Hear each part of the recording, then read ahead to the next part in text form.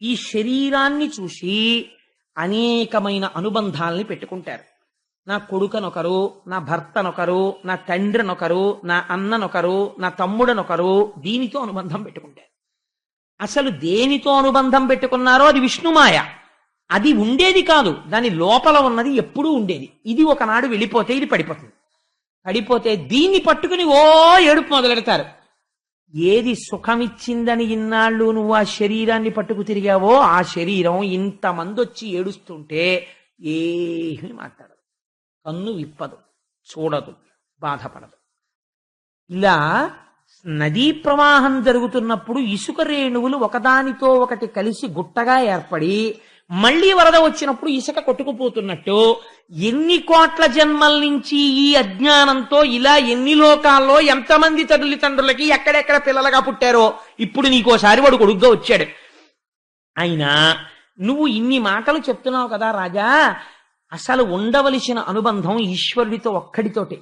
అది లేక నీ కొడుకుతో నువ్వు పిల్లల్లేరన్న భ్రాంతితో ఉండిపోయి జ్ఞానం కలగట్లేదని సుఖదుఖ కారణమైన కొడుకుని నీకు ఇచ్చాను. ఇప్పుడు చూసావా, వాడే సుఖం ఇచ్చాడు, వాడే దుఃఖం ఇచ్చాడు. కారణం ఏమిటి? మాయయందు నీకున్నటువంటి తగులుకునే స్వభావం, దానివల్ల నువ్వు సుఖదుఖములను పొందుతున్నావు అని నారదుడు అన్నాడు. నా కొడుకు పోయాడు, నా కొడుకు పోయాడు అంటున్నావు కదా, నీ కొడుకుని బ్రతికిస్తాను, వరం ఇస్తాను, వాడు అంగీకరిస్తాడేమో నువ్వు చూద్దు గాని వాడిని మాట్లాడిస్తాను చూడు. మనుష్యులు ఎంత అమాయకంగా కొట్టుకుపోతారో చూపించడానికి నేను నిన్ను అడ్డు పెట్టి లోకమునకు ఒక బోధ చెయ్యదలుచుకున్నాను అని నారదుడు తన తపశ్శక్తితో ఆ వెళ్ళిపోయిన జీవుణ్ణి పిలిచాడు. నువ్వు వెళ్ళిపోవడం చేత నీకు ఈ శరీరమునకు తల్లిని తండ్రిని అనుకున్న వాళ్ళు ఖేదం పొందుతున్నారు.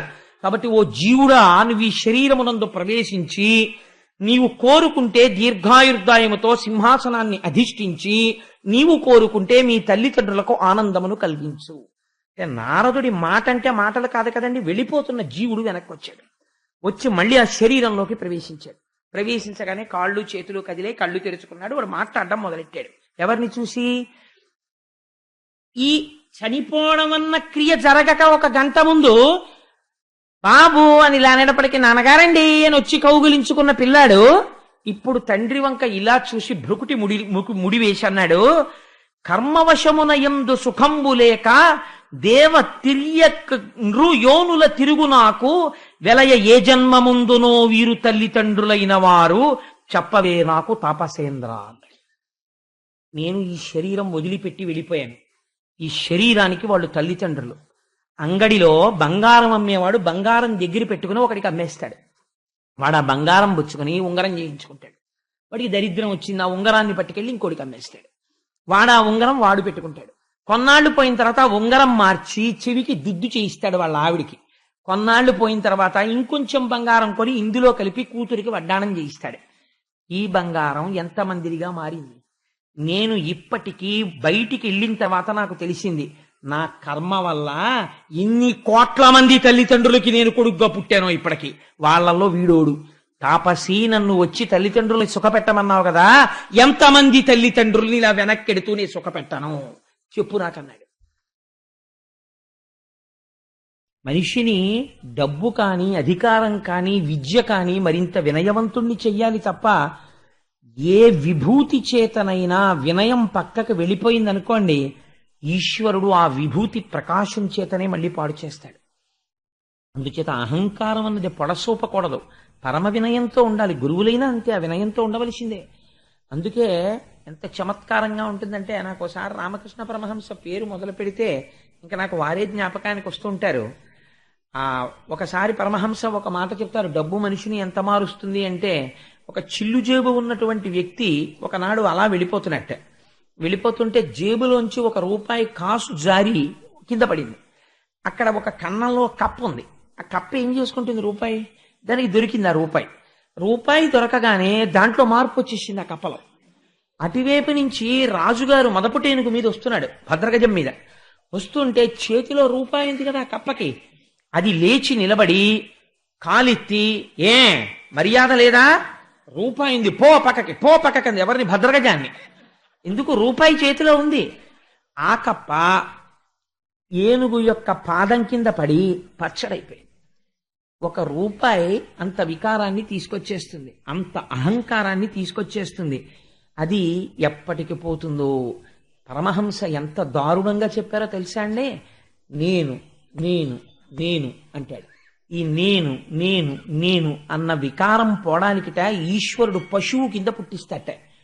పుట్టిస్తే వీడు బతికినన్నాళ్ళు కంఠం మీద పెద్ద పుండు వేస్తుంది. ఆ పుండు, ఆ బండి లాగించేవాడు ఏం చేస్తాడంటే ప్రయత్నపూర్వకంగా పుండుని 2 చేతులతో పట్టుకుని దాన్ని ఇలా పక్కలకి ఒత్తిగిలించి దాని మీద కాడి పెడతాడు, పెట్టి బండి తోలుతుంటాడు. ఆ నడుస్తున్నప్పుడు మెడ మీద చర్మం ఇలా ఇలా ఊగుతూ ఈ పుండు కాడి కిందకు వస్తూ ఉంటుంది. ఆగితే నడుము మీద కొడతాడు, ఆగకపోతే పుండు కాడి కిందకు వస్తుంది. ఆ పుండు నలిగిపోయి కన్నుల నీరు కారుస్తూ అలాగే కొన్ని గంటలు బండి లాగుతుంది. లాగి లాగి లాగి లాగి పడుకుంటుంది. తోక ఎక్కడ కందదో అక్కడికొచ్చి ఎద్దు పుండు కాకికి నిప్పా అని పేరు. అప్పటి వరకు కాడి తగిలి బద్దలైన పుండుని కాకి తన ముక్కుతో పొడిచి ఆ చీము రక్తం తాగుతుంది. ఇలా పడుకుంటే పొడిచేస్తుంది, అలసట తీరనివ్వదు.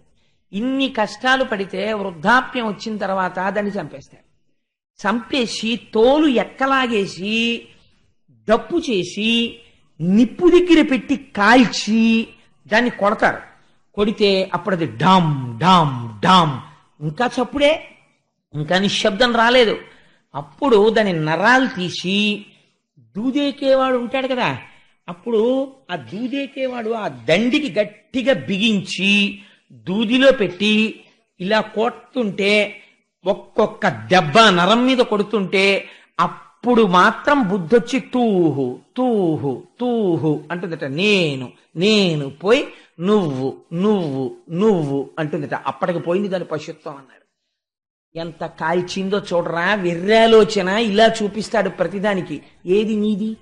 నీలో ఉన్న సమస్త విభూతులు ఈశ్వరుడి చేత ప్రకాశింపబడుతున్నాయి. నీదన్నది ఏదీ లేదు. ఈశ్వరుడు తలుచుకుంటే ఉత్తర క్షణమునందు నువ్వు ఏ విభూతిని చూసుకుని గర్వపడుతున్నావో దానిని తొలగించగలడు. శ్రీగుణరత్న కోశంలో భట్టర్లు చెప్పినట్టు ఇవాల్టి రాత్రి వరకు చక్రవర్తి, రేపటి రోజు తన రాజ్యంలో ఐశ్వర్యవంతుల గోడల క్రీనీడలో తన రూపు కనపడకుండా నిలబడి భిక్షాటన చేస్తాడు. ఎంతసేపట్లో తొలగిపోవాలి ఐశ్వర్యం? సత్యనారాయణ స్వామి వారి వ్రత కథలో విన్నారు కదా, ఆ రాజుగారు నాకు అక్కర్లేదు వ్రతం ప్రసాదం అని ఇలా వెళ్ళేటప్పటికి పోయిందంటే ఐశ్వర్యం. ఈశ్వరుడు తలుచుకుంటే ఎంతలో పోతుందండి? ఈశ్వరానుగ్రహం కలిగితే అయ్యి బాబోయ్ ఏం వినాల్సి వస్తుందో ఏం వినాల్సి వస్తుందో అని బెంగ పెట్టుకుని వెళ్ళినటువంటి వాళ్ళు ఈశ్వరానుగ్రహం ఉంటే శుభవార్తతో తిరిగి వచ్చేస్తారు. అమ్మయ్య మా మనస్సులు చల్లగా ఉన్నాయి. ఈశ్వరానుగ్రహం ఏది చెయ్యలేదు? ఏదైనా చెయ్యగలదు. అది నమ్ముకున్న వాళ్ళకి ఆ సంస్కార బలం, ఆ మంచితనం ఎప్పుడూ కాపాడుతుంటాయి. సరే, అందుచేత ఆ గురుడు వస్తుంటే లేచి నిలబడనటువంటి కారణం చేత ఆయనకి కలిగినటువంటి మదవికారమును తొలగించాలనుకున్నాడు. అనుకుని ఆ పుణ్యుడు తిరిగి వెళ్ళిపోయాడు. కానీ సభ ఆపలేదు. ఇంద్రుడు సభ నడిపించాడు. సభ అంతా అయిపోయింది, అందరూ వెళ్ళిపోయారు. అప్పుడు అనుకున్నాడు మనస్సులో, అరేరే, ఇంతమంది నన్ను సేవించడానికి ఏది కారణం? ఈశ్వరానుగ్రహం కారణం. ఆ ఈశ్వరానుగ్రహం నాకు తెచ్చిపెట్టిన వాడెవరు? నా గురువు. అటువంటి గురువు సభలో వస్తుండగా సింహాసనాధీష్ఠుడైనటువంటి రాజు లేవకూడదని చెప్పినవాడు అధర్మంతో మాట్లాడినవాడు. నేను ఇంద్రుడనై నేనే చెయ్యకూడని పని చేశాను. మా గురువరేణ్యులు నడిచొస్తుంటే నేను లేచి నిలబడలేదు, వారికి స్వాగతం పలకలేదు, వారికి ఆసనం ఇవ్వలేదు. నా వలన ఘోరాపచారం జరిగింది. ఖచ్చితంగా ఇది నన్ను కట్టి కుడిపి తీరుతుంది. కాబట్టి ఇప్పుడు దీన్ని ఎవరు ఆపాలి? మా గురువులే ఆపాలి అని గబగబా పరిగెత్తుకుంటూ గురువు గారి ఇంటికి వెళ్ళాడు. ఇక్కడ కూర్చున్నాడు. కానీ గురువు యొక్క శక్తి ఏమిటి? తన పట్ల అమర్యాదగా ప్రవర్తించినటువంటి ఇంద్రుడి మనస్సులో వస్తున్నటువంటి భావజాలమును బృహస్పతి తన యొక్క గృహమునందు కూర్చుని తెలుసుకుంటున్నాడు. ఇంద్రుడు బయలుదేరి తన ఇంటికి వస్తున్నాడు. తన ఇంటికి వస్తున్నాడని తెలుసుకోగానే అతనికి ఒక పాఠం చెప్పాలని తన యోగశక్తితో ఇంద్రుడికి దొరకకుండా అంతర్హితుడైపోయాడు. వచ్చాడు. ఆ గురువుగారి ఇల్లంతా వెతికాడు. కానీ ఎక్కడా గురువుగారి దర్శనం అవ్వలేదు. ఖిన్నుడై మళ్ళీ ఐరావతం ఎక్కి వెళ్ళిపోతున్నాడు. అయ్యో, గురువుగారు ఎక్కడా దొరకలేదురా, గురువుగారి పట్ల అపచారం చేశాను, గురువులకి క్షమార్పణ చెప్పాలనుకుంటున్నాను అనుకుంటున్నాడు. ఈ మాట వినవలసిన వాళ్ళు విన్నారు. ఇదే ఉత్తరక్షణ ఫలితం అంటే. ఎవరు విన్నారు? రాక్షసుల గూఢచారులు విన్నారు. విని వెంటనే పరుగున వెళ్ళిపోయి రాక్షసులకు నివేదన చేశారు. అయా, ఇవాళ ఇంద్రుడికి బృహస్పతి యొక్క అనుగ్రహం తొలగిపోయింది. బృహస్పతికి ఆగ్రహం కలిగింది. గురువు ఆగ్రహం ఎవరి మీద కలిగిందో వాడిని పడగొట్టేయడం చాలా తేలిక. కాబట్టి ఇప్పుడు ఇంద్రుడు గడ్డిపోచ. నిమిత్తం అంతే మనం యుద్ధానికి వెళ్ళడం, ఓడిపోయి తీరుతాడు. అందుకని మనం యుద్ధానికి బయలుదేరదాన్ని రండి అన్నారు. అంతే, ఆ శత్రు సైన్యం అంతా, రాక్షసులందరూ వచ్చేశారు. బ్రహ్మాండమైనటువంటి పోరు జరుగుతోంది. ఇంత బలవంతములైనటువంటి దేవతలు కూడా గడ్డిపోచల్లా ఎందుకు పనికి రాకుండా ఓడిపోయి వెళ్ళిపోతున్నారు. వాళ్ళేం చేశారు? రాక్షసులు యుద్ధానికి వచ్చే ముందు శుక్రాచార్యుల వారి పాదములు పట్టుకుని వారికి నమస్కరించి వారి అనుగ్రహంతో బయలుదేరి వచ్చారు యుద్ధానికి. ఆయన ఆశీర్వచనం చేసి పంపించాడు.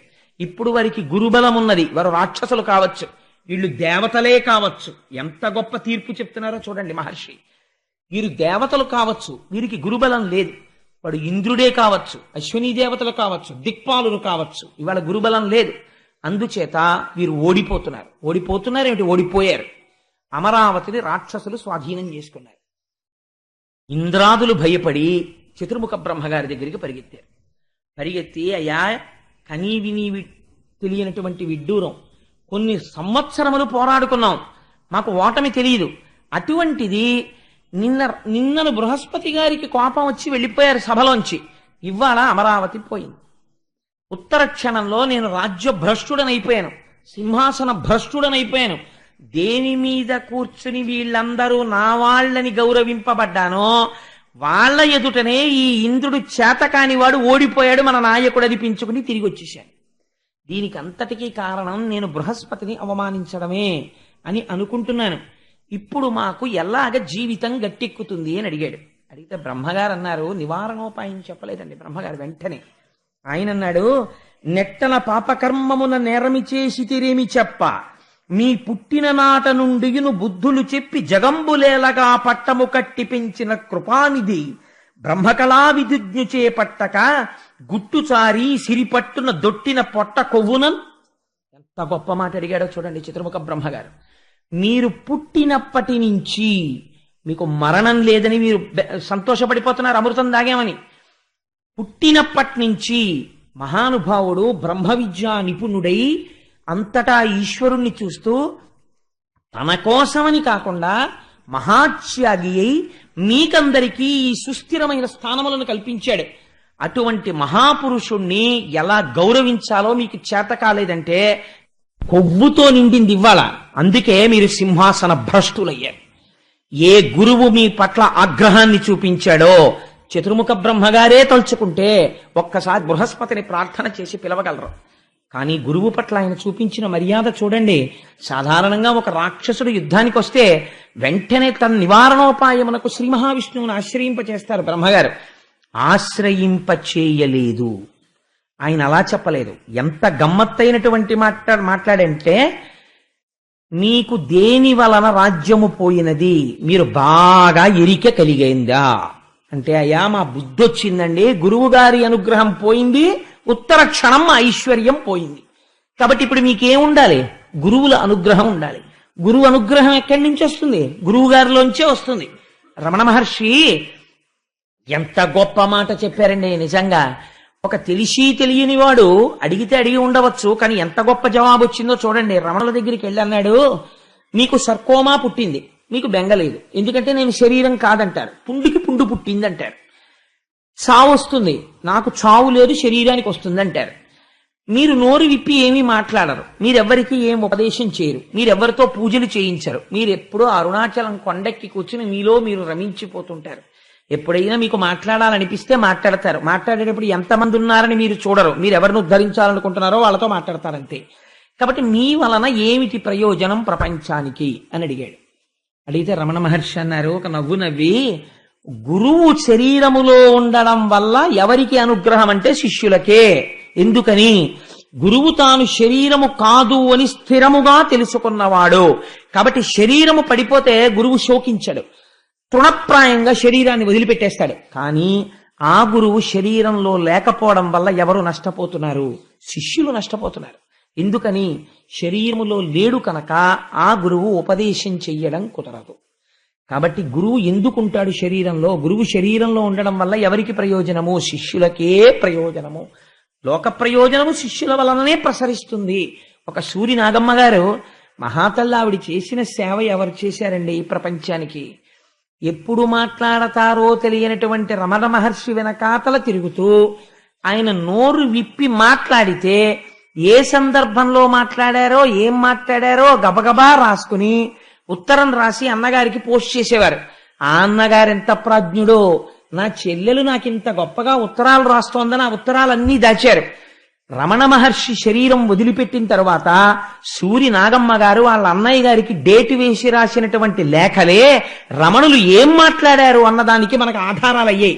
అవే సూరి నాగమ్మ గారి లేఖలు అన్న రూపంలో 3 వాల్యూమ్స్ 4 వాల్యూమ్స్ అవి.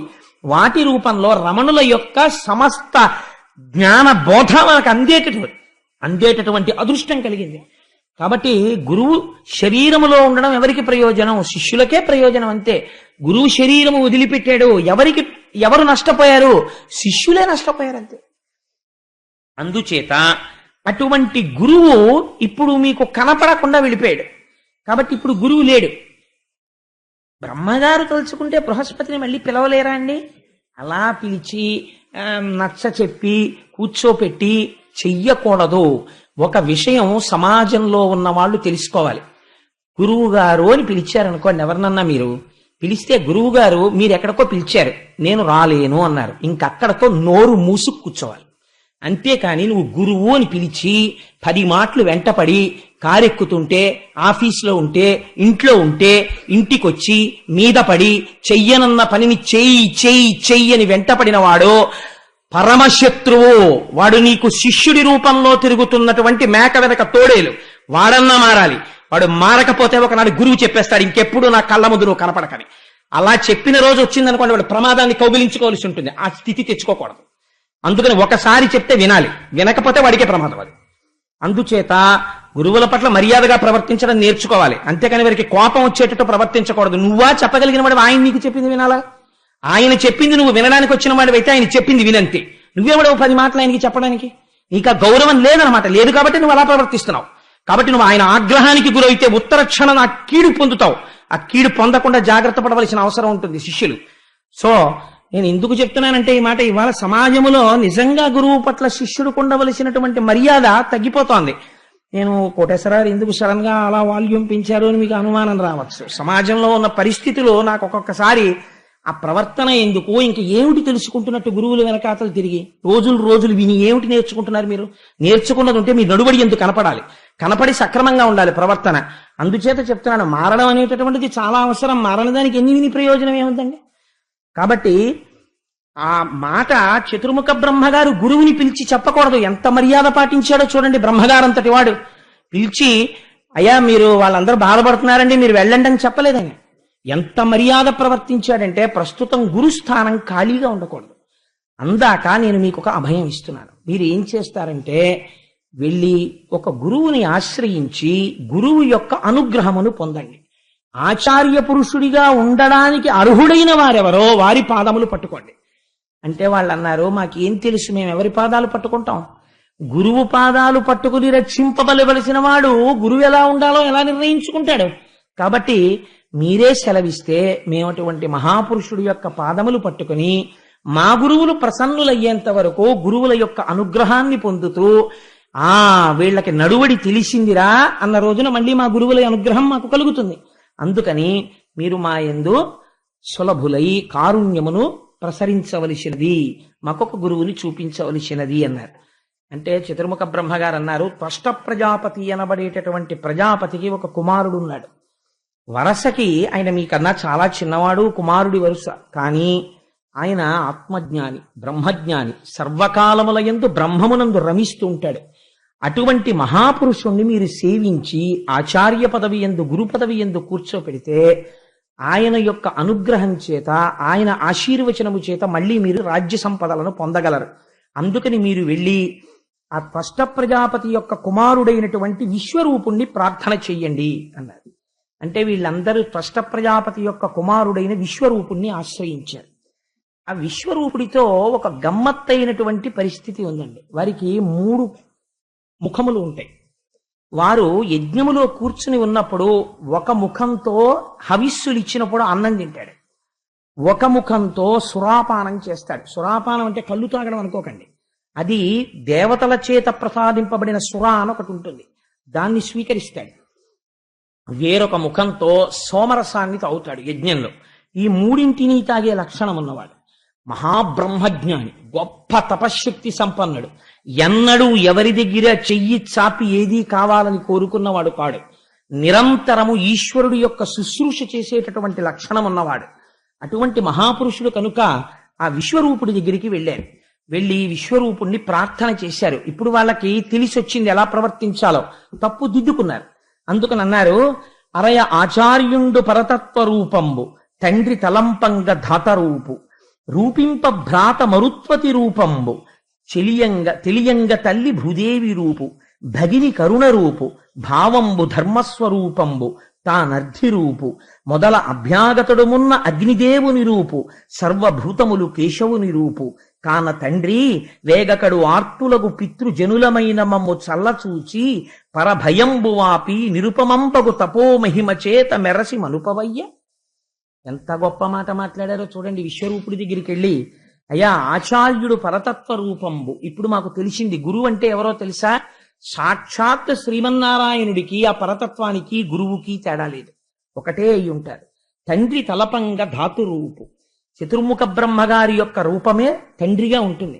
తండ్రి గారిని సేవించినా, తండ్రి గారికి నమస్కరించినా, అందుకే తండ్రి ఉపదేశం చేస్తే బ్రహ్మోపదేశమే, అందుకని చతుర్ముఖ బ్రహ్మగారే తండ్రిగా ఉంటాడు.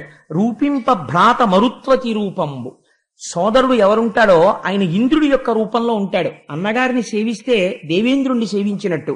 తెలియంగ తల్లి భూదేవి రూపు, అమ్మ భూదేవి యొక్క రూపం. భగిని కరుణ రూపు, తోడపుట్టిన అక్క చెల్లెళ్ళు సాక్షాత్ రాశీభూతమైనటువంటి దయాస్వరూపాలు. భావంబు ధర్మస్వరూపంబు, తన భావమే ధర్మస్వరూపం.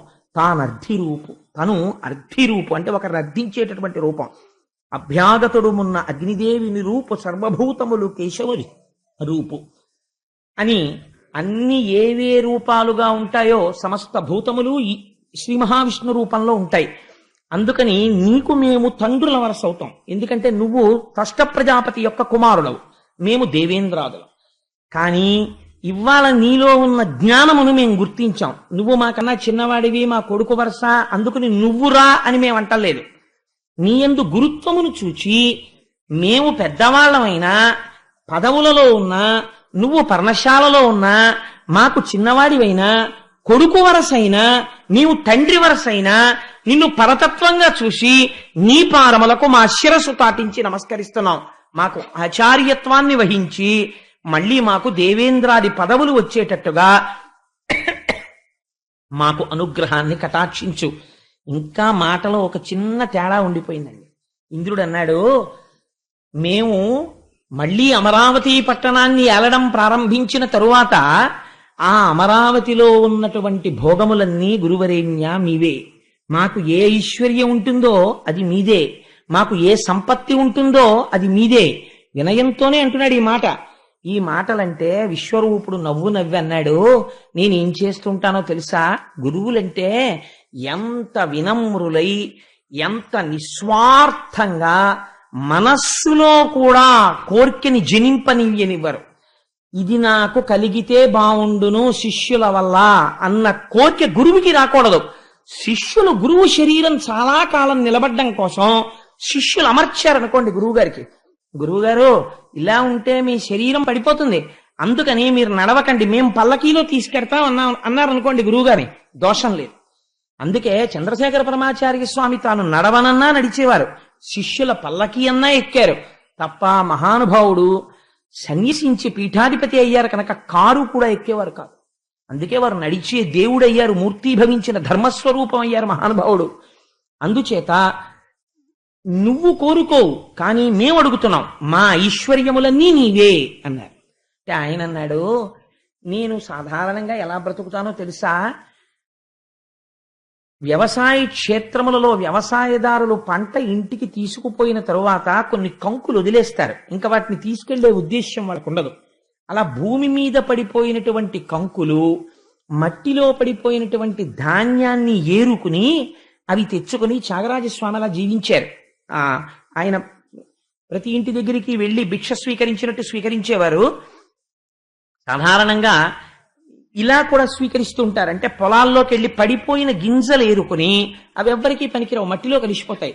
అవి తెచ్చుకుని దంపుకుని బియ్యం చేసుకుని వండుకు తింటారు తప్ప అసలు ఏ భూతమునకు సంబంధించినది కూడా ఇలా చెయ్యి చాపి అడిగి తినరు. ఇలా ఉండడం చాలా గొప్ప బ్రహ్మజ్ఞానం ఉంటే కానీ కుదరదు. చాలా మంది అంటారు తెలియక, కుచేలుడేదో కృష్ణుడికి పెట్టకుండా అటుకులు తినేశాడు అందుకని దరిద్రం వచ్చింది అనుకుంటుంటారు. మీరు భాగవతంలో విందురు గాని కుచేలుడంటే ఏమిటో, ఆ కుచేలుడి కాళ్ళు కడిగి ఆ నీళ్లు తన శిరస్సును తల్లుకున్నాడు కృష్ణ పరమాత్మ. బ్రహ్మజ్ఞానం అంటే ఎలా ఉంటుందో చూద్దరు కానీ కుచేలుడు అటువంటి దిక్కుమాలిన పనులు చేసిన వాడు కాడు. ఎవడు సృష్టించాడో తెలియదు ఆ మాట. సరే, అందుచేత నేను అటువంటి ధాన్యం ఎరుకు తింటాను. నాకు సర్వభూతముల యందు ఈశ్వరుడు కనపడుతుంటాడు. నేను బ్రహ్మజ్ఞానినై రమిస్తూ ఉంటాను. నేను పౌరోహిత్యం చెయ్యడం ఏమిటయ్యా? నేను పౌరోహిత్యం చేస్తే మీకందరికీ కావలసింది ఏదో చెయ్యాలి అంటే మీరు రేపు పొద్దున్న ఏమడుగుతారు? మాకేదో ఈ కోరిక తీరాలి, యజ్ఞం చేయించి అంటారు. మీ కోరిక తీరడానికి యజ్ఞం చేయిస్తే ఇంకోడెవడో పాడైపోవడానికి చేయించాలి కదా. కాబట్టి నాకు అలా భేదాలు కనపడవు. అలా ఎలా చేయించడం కుదురుతుంది? పౌరోహిత్యం అలా చేస్తే నాకున్నటువంటి బ్రహ్మ తేజస్సు తగ్గిపోతుంది. అందుకని నేను ఒకరి దగ్గర ఇలా చెయ్యి చాపి ద్రవ్యం పట్టుకోవడం కానీ లేకపోతే పౌరోహిత్యం చేయడం కానీ నేను చేయనే. అలా అంటే మీ కోరికలు తీరడానికి కామ్యాలకు ఈశ్వరార్చనగా చేస్తే వేరు. అందుకని నేను అలా చేసేవాణ్ణి కాదే. నాకు ఎలా కుదురుతుంది పౌరోహిత్యం? ఎంత గొప్ప మాట అన్నాడో చూడండి. నాకు ఏ కోరిక ఉందని చెయ్యను అన్నాడు. వాళ్ళన్నారు నీకు కోరిక ఉందని కాదు, మా కోరికలు ఉన్నాయని. నువ్వు ఉంటే తప్ప దిక్కు లేదు కనుక, నువ్వు గురుడిగా ఉండి మమ్మల్ని రక్షించి తీరాలి కనుక అందుకని మాకు నువ్వు గురువుగా ఉండు అన్నాడు. అంటే మహానుభావుడు అంగీకరించాడు. తప్పకుండా అలాగే ఉంటానయ్యా మీకు గురువుగాను అన్నాడు. అని ఆయన వచ్చాడు. వస్తూనే ఆయన ఒక మహోత్కృష్టమైన పని చేశాడు. రాక్షసులకు ఇవ్వాల ఇంత శక్తి ఎక్కడ నుంచి వచ్చింది బేరీజ్ వేశాడు. ప్రపంచంలోనండి ఒక డ్యామ్ కట్టేటప్పుడు ఆ స్ట్రెంగ్త్ ఇవాల్యుయేట్ చేయగలిగిన వాడు ఉంటాడు. ఇన్ని ఫ్లోర్స్ అపార్ట్మెంట్ కట్టాలంటే ఎంత ఫౌండేషన్ వెయ్యాలి ఇవాల్యుయేట్ చేసేవాడు ఉంటాడు. కానీ మీరు ఒకటి చెప్పండి, ఒక మూర్తి ఉన్నది, ఆ మూర్తి కింద ఒక చక్రం ఉంది. ఆ చక్రము యొక్క కారణం చేత ఆ మూర్తి యందు విశేషమైన తేజస్సు ఉంది. అంత తేజస్సుని తట్టుకోగలిగినటువంటి తపశ్శక్తి, సత్యశక్తి ఈనాడు ప్రపంచంలో ఉన్న మనుష్యులకి లేదు. కాబట్టి వీళ్ళెళ్ళి ఆ మూర్తి ముందు నిలబడలేరు కనుక ఇటువంటి వాళ్ళందరి శక్తి ఎంత, మూర్తి యందు అధికమైపోయిన శక్తి ఎంత శక్తిని ఇప్పుడు మినహాయిస్తే వీళ్ళు తట్టుకోగలుగుతారు అన్నది లెక్క కట్టి ఆ మూర్తిలోంచి అంత శక్తిని తీసివేయగలిగినటువంటి శక్తి ఒకడికి ఉన్నదనుకోండి, అప్పుడు ఆయన ఎంతటి మహానుభావుడై ఉండాలి. అదే శంకరాచార్యుల వారు. శంకరాచార్య స్వామి చేసిన గొప్ప పని ఏమిటో తెలుసా అండి? అఖిలాండేశ్వరి క్షేత్రంలో జంబుకేశ్వరంలో అమ్మవారిది విశేషమైన తేజస్సు. అమ్మవారి ముందు వెళ్ళి నిలబడలేరని అమ్మవారిలో ఎక్కువైపోయిన శక్తిని మినహాయింపు చేసి తీసేసి దాన్ని ఇప్పుడు మళ్ళీ ఎక్కడ పెట్టాలి? అది తేజస్సు శక్తి, దాన్ని ఎక్కడ పెట్టినా శక్తిపాతం అవుతుంది, అందుని పెట్టకూడదు. అందుకని ఏం చెయ్యాలి అంటే భూమి మీద వెయ్యాలి శ్రీచక్రం. కానీ అది జంబుకేశ్వరం జలలింగం. మళ్ళీ అక్కడ వెయ్యకుండా ఎంత గమ్మత్తు చేశారంటే రత్నాలతో కుండలాలు తయారు చేసి అమ్మవారి కుండలాలు శ్రీచక్ర తాటంకములు పెట్టి ఈ శ్రీచక్రాల్లోకి అమ్మవారి యొక్క తేజస్సుని ఆ కుండలాల్లోకి పెట్టి ఆ కుండలాలు అమ్మవారి చెవులకి పెట్టారు. పెడితే ఇప్పుడు మీరు అమ్మవారి ముందు వెళ్ళి నిలబడి కుండలముల వంక చూస్తే ఒక అనుగ్రహం, అమ్మవారి వంక చూస్తే ఒక అనుగ్రహం. ఇలా శంకర భగవత్పాదులు కలియుగంలో సేవింపబడలేనంత తేజస్సున్న మూర్తులలోంచి కొంత తేజస్సుని మినహాయింపు చేశారు. అది ఎంత ఉత్కృష్టమైనటువంటి విషయం అండి, ఎవరు చెయ్యగలరు? శంకర భగవత్పాదాచార్యులు చేశారు ఈ దేశానికి అటువంటి సేవ. అందుకని ఇప్పుడు విశ్వరూపుడు ఇది చేస్తున్నాడు. వాళ్ళు ఎంతటి తేజస్సు పొందారు, ఎక్కడ నుంచి పొందారు? శుక్రాచార్యుల వారి అనుగ్రహంలోంచి పొందారు. ఇప్పుడు దేవతలకి ఎంత శక్తి రావాలి, ఎంత శక్తి వస్తే ద్విగుణీకృత ఐశ్వర్యాన్ని ఇంద్రుడు పొందగలడు, రాక్షసుల్ని చంపగలడు. ఇది లెక్క కట్టడానికి ఆ తేజస్సుని గణించగలిగిన శక్తి ఇక్కడ ఉండాలి. అది ఆచార్య పదం అంటే, అది గురుత్వం అంటే, అది మహానుభావులకు ఉన్న శక్తి. ఇప్పుడు ఇంద్రుణ్ణి కూర్చోపెట్టి నారాయణ కవచాన్ని ఉపదేశం చేశాడు. నారాయణ కవచాన్ని ఉపదేశం చేసి ఒక గొప్ప మాట చెప్పాడు. ఏమయ్యా, నీకు నేను నారాయణ కవచాన్ని ఉపదేశం చేస్తున్నాను, మా ఉపన్యాసం మధ్యలో అవన్నీ ఎందుకమ్మా, ఎందుకు తల్లి అవన్నీ? నారాయణ కవచాన్ని ఉపదేశం చేస్తుంటే ఆయన ఎంతో సంతోషించి ఆ నారాయణ కవచాన్ని ఉపదేశం స్వీకరించిన తరువాత ఒక మాట చెప్పాడు. ఇతపూర్వం ఈ నారాయణ కవచాన్ని కౌశికుడనబడేటటువంటి ఒక బ్రాహ్మణుడు ఉపదేశం పొందాడు. ఉపదేశం పొంది ఆయన ఒక ఎడారిలో తిరుగుతున్నాడు. ఆ ఎడారిలో తిరుగుతుండగా అక్కడే ప్రాణములను విడిచిపెట్టేశాడు. ఎలా? ఆ నారాయణ కవచాన్నే ఉపదేశం తీసుకుని తజ్ఞానము చేస్తూ ప్రాణములను విడిచిపెట్టాడు. విడిచిపెడితే ఆ నారాయణ కవచము యొక్క తేజస్సు ఏమైపోయింది అంటే ఆయన అస్థికలని పట్టేసింది. ఆయన అస్థి పంజరం ఆ ఎడారిలో ఇసుకలో పడిపోయి ఉండిపోయింది. ఉండిపోతే చిత్రరథుడు అనబడేటటువంటి గంధర్వుడు ఆకాశ మార్గంలో భార్యలతో కలిసి విమానంలో వెళ్ళిపోతున్నాడు. వెళ్ళిపోతుంటే ఎడారిలో పడిపోయి ఉన్నటువంటి ఈ అస్థి పంజరాన్ని విమానం దగ్గరకు వచ్చింది. దగ్గరకు రాగానే అది దాటడం మానేసి ఆ విమానం కింద పడిపోయింది. కింద పడిపోతే అందులోంచి గంధర్వుడు భార్యలతో బయటపడిపోయాడు. బయటపడిపోయి ఇదేమిటి అకస్మాత్తుగా విమానం భూమి మీద పడిపోయింది ఏమిటని తెల్లబోయాడు.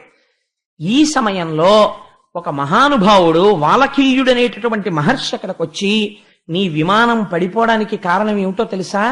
నారాయణ కవచాన్ని ఉపదేశం తీసుకుని నారాయణ కవచాన్ని సశాస్త్రీయంగా ఉపాసన చేసినటువంటి ఒక మహాపురుషుడు కౌశికుడనేటటువంటి బ్రాహ్మణుడు ఇక్కడ ధ్యానంలో శరీరం వదిలిపెట్టాడు.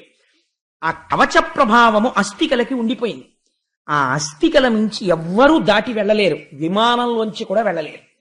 కాబట్టి నువ్వు ఆ అస్థికలని తీసి మూట కట్టి దగ్గరలో ప్రవహిస్తున్న సరస్వతీ నదిలో నిమజ్జనం చేసి ఆ తదనంతరం నువ్వు స్నానం చేసి ఆచమనం చేసి మళ్ళీ వచ్చి విమానం ఎక్కితే నీ విమానం కదులుతుందన్నారు. అంటే అప్పుడు ఆ చిత్రరథుడు అక్కడ ఉన్నటువంటి ఎముకలన్నింటినీ ఏరి మూట కట్టి తాను తీసుకుని వెళ్లి సరస్వతీ నదిలో నిమజ్జనం చేసి స్నానం చేసి ఆచమనం చేసి వచ్చి రథం ఎక్కాడు.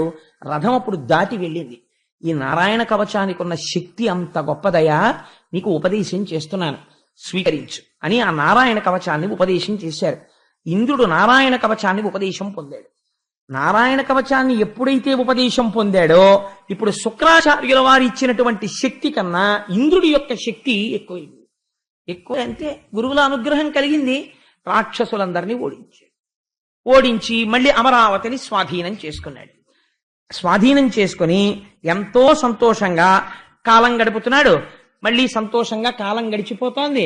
ఒక మాట అన్నాడు కదండి, మా ఐశ్వర్యం అంతా నీదే అన్నాడు కదా. అంటే అప్పుడు మహానుభావుడు ఆయన అన్నాడు, విశ్వరూపుడు, గురుధనము కూర్పనేటికి గురుశిక్షం తగిలి మంత్ర కోవిదులై సద్గురు ధర్మ నిరతులేనియు గురువులకును శిష్యువరులే కూర్చిన ధనముల్. ఇప్పుడు మళ్ళీ అమరావతి వచ్చింది కదా, సింహాసనం అంతాను. మీతో మాట అన్నాను కదా, నాకున్న ఐశ్వర్యం అంతా మీదే అన్నాను కదా. మహానుభావ, మీ అనుగ్రహంతో నేను మళ్ళీ లోకాన్ని పొందాను, స్వర్గలోకాన్ని. కాబట్టి మీరు ఈ ఐశ్వర్యం అంతా అనుభవించవచ్చు. అంటే మీరు గమ్మత్తు చూడండి, నా వలన వాడు ఇంత ఐశ్వర్యాన్ని పొందాడని వాడి ఐశ్వర్యాన్ని అనుభవించే ప్రయత్నం గురువు చెయ్యడు. అందుకని ఆయన అన్నాడు, విశ్వరూపుడు, ఓరి పిచ్చివాడా, శిష్యుల యొక్క ధనాన్ని తనదిగా మార్చుకుందామని, శిష్యుల ధనం తను తీసుకుందామని ప్రయత్నం గురువు చెయ్యడు. గురువు అంటే ఏమిటో తెలుసా? శిష్యులే గురువు యొక్క ఐశ్వర్యం. 4 మాటలు విని, గురువుగారు మీరు చెప్పిన మాటల వల్ల మా జీవితం మారింది అన్న శిష్యుడు ఎవడున్నాడో వాడురా గురువుకి ఐశ్వర్యం. తప్ప నీ ఐశ్వర్యం నాకెందుకు, అలా పుచ్చుకునేవాడిని నేను కాను, నాకు అక్కర్లేదన్నాడు. ఇది విశ్వరూపుడు అంటే. ఇంత గొప్ప విశ్వరూపుడు తదనంతరం యజ్ఞయాగాది క్రతువులలో హవిస్సులు స్వీకరిస్తుండేవాడు. ఇంద్రాదులకు ఆ హవిస్సులు ఇస్తుండేవాడు. కానీ ఆయన తల్లిగారి పేరు రచన. ఆవిడ రాక్షస వంశానికి చెందినటువంటిది. కాబట్టి రాక్షసులు ఆయనకి మేనమామలు అవుతారు. ఈ రాక్షసులు వచ్చి, ఒరేయ్ నువ్వు మేనల్లుడివి, నీ వలన మేమందరం మళ్ళీ స్వర్గాన్ని పోగొట్టుకున్నాం, నువ్వెళ్ళి దేవతలకి గురుత్వం వహించావు, పోని ఎలాగో వహించావు, ఇంద్రుడికి నీ మీద నమ్మకం ఎక్కువ, ఇంద్రుడు చూడకుండా మాకు కొద్దిగా హవిర్భాగాలు పెట్టేస్తుండు, మేము తినేస్తూ ఉంటాం అన్నారు యజ్ఞంలో. అంటే ఇది తప్పే, ఖచ్చితంగా తప్పే, మీకేమీ సందేహం లేదు. బాహ్యమునందు ఆచారమునంతది దోషమే. ఎందుకని ఇంద్రాదులకు చెందవలసినటువంటి హవిస్సులోంచి రాక్షసులకు పెట్టడం ఏమిటి అంటే విశ్వరూపుడు పెట్టాడు. ఎందుకు పెట్టాడు అంటే విశ్వరూపుడు తన యొక్క స్వరూపం ఏమిటో ముందే చెప్పాడు. నేను అంతటా బ్రహ్మమును చూస్తాను, నాకు రాగద్వేషములు తెలియవు. ఎవరైనా ప్రార్థన చేస్తే గబుక్కుని వాళ్ళ మాట వినేస్తాను. అందుకని వాళ్ళకి హవిర్భాగములను ఇవ్వడం మొదలుపెట్టాడు. ఇది ఒక రోజున ఇంద్రుడు గమనించేశాడు. అరే రే, యజ్ఞంలో మనకి రావలసిన హవిస్సులు రాక్షసులకు పెడుతున్నాడు విశ్వరూపుడు. ఉత్తర క్షణం యుక్తాయుక్త విచక్షణ కోల్పోయాడు. నేను ఈ పని చెయ్యొచ్చా అన్న ఆలోచన కూడా పోయింది.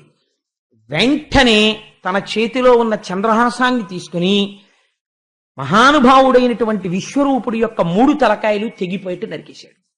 నరికేస్తే ఆ 3 తలకాయల్లోంచి ఆయన ఒక తలతో సురాపానం చేస్తుంటాడు యజ్ఞవేదిలో.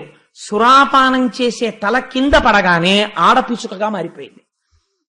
సోమపానం చేసేటటువంటి తలకాయ కౌజుపిట్టగా మారిపోయింది.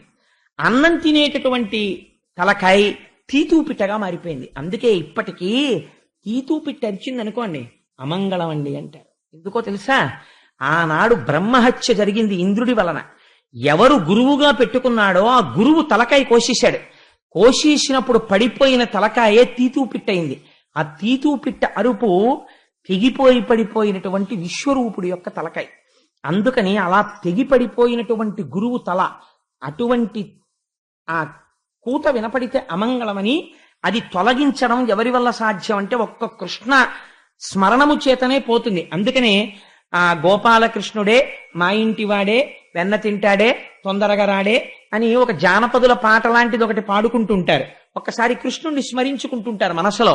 కృష్ణ స్మరణం చెయ్యగానే ఆ తీతూపిట్ట యొక్క చప్పుడు, అది కూసిన కూత విని కృష్ణస్మరణం చేయకపోతే అమంగళం కలుగుతుంది.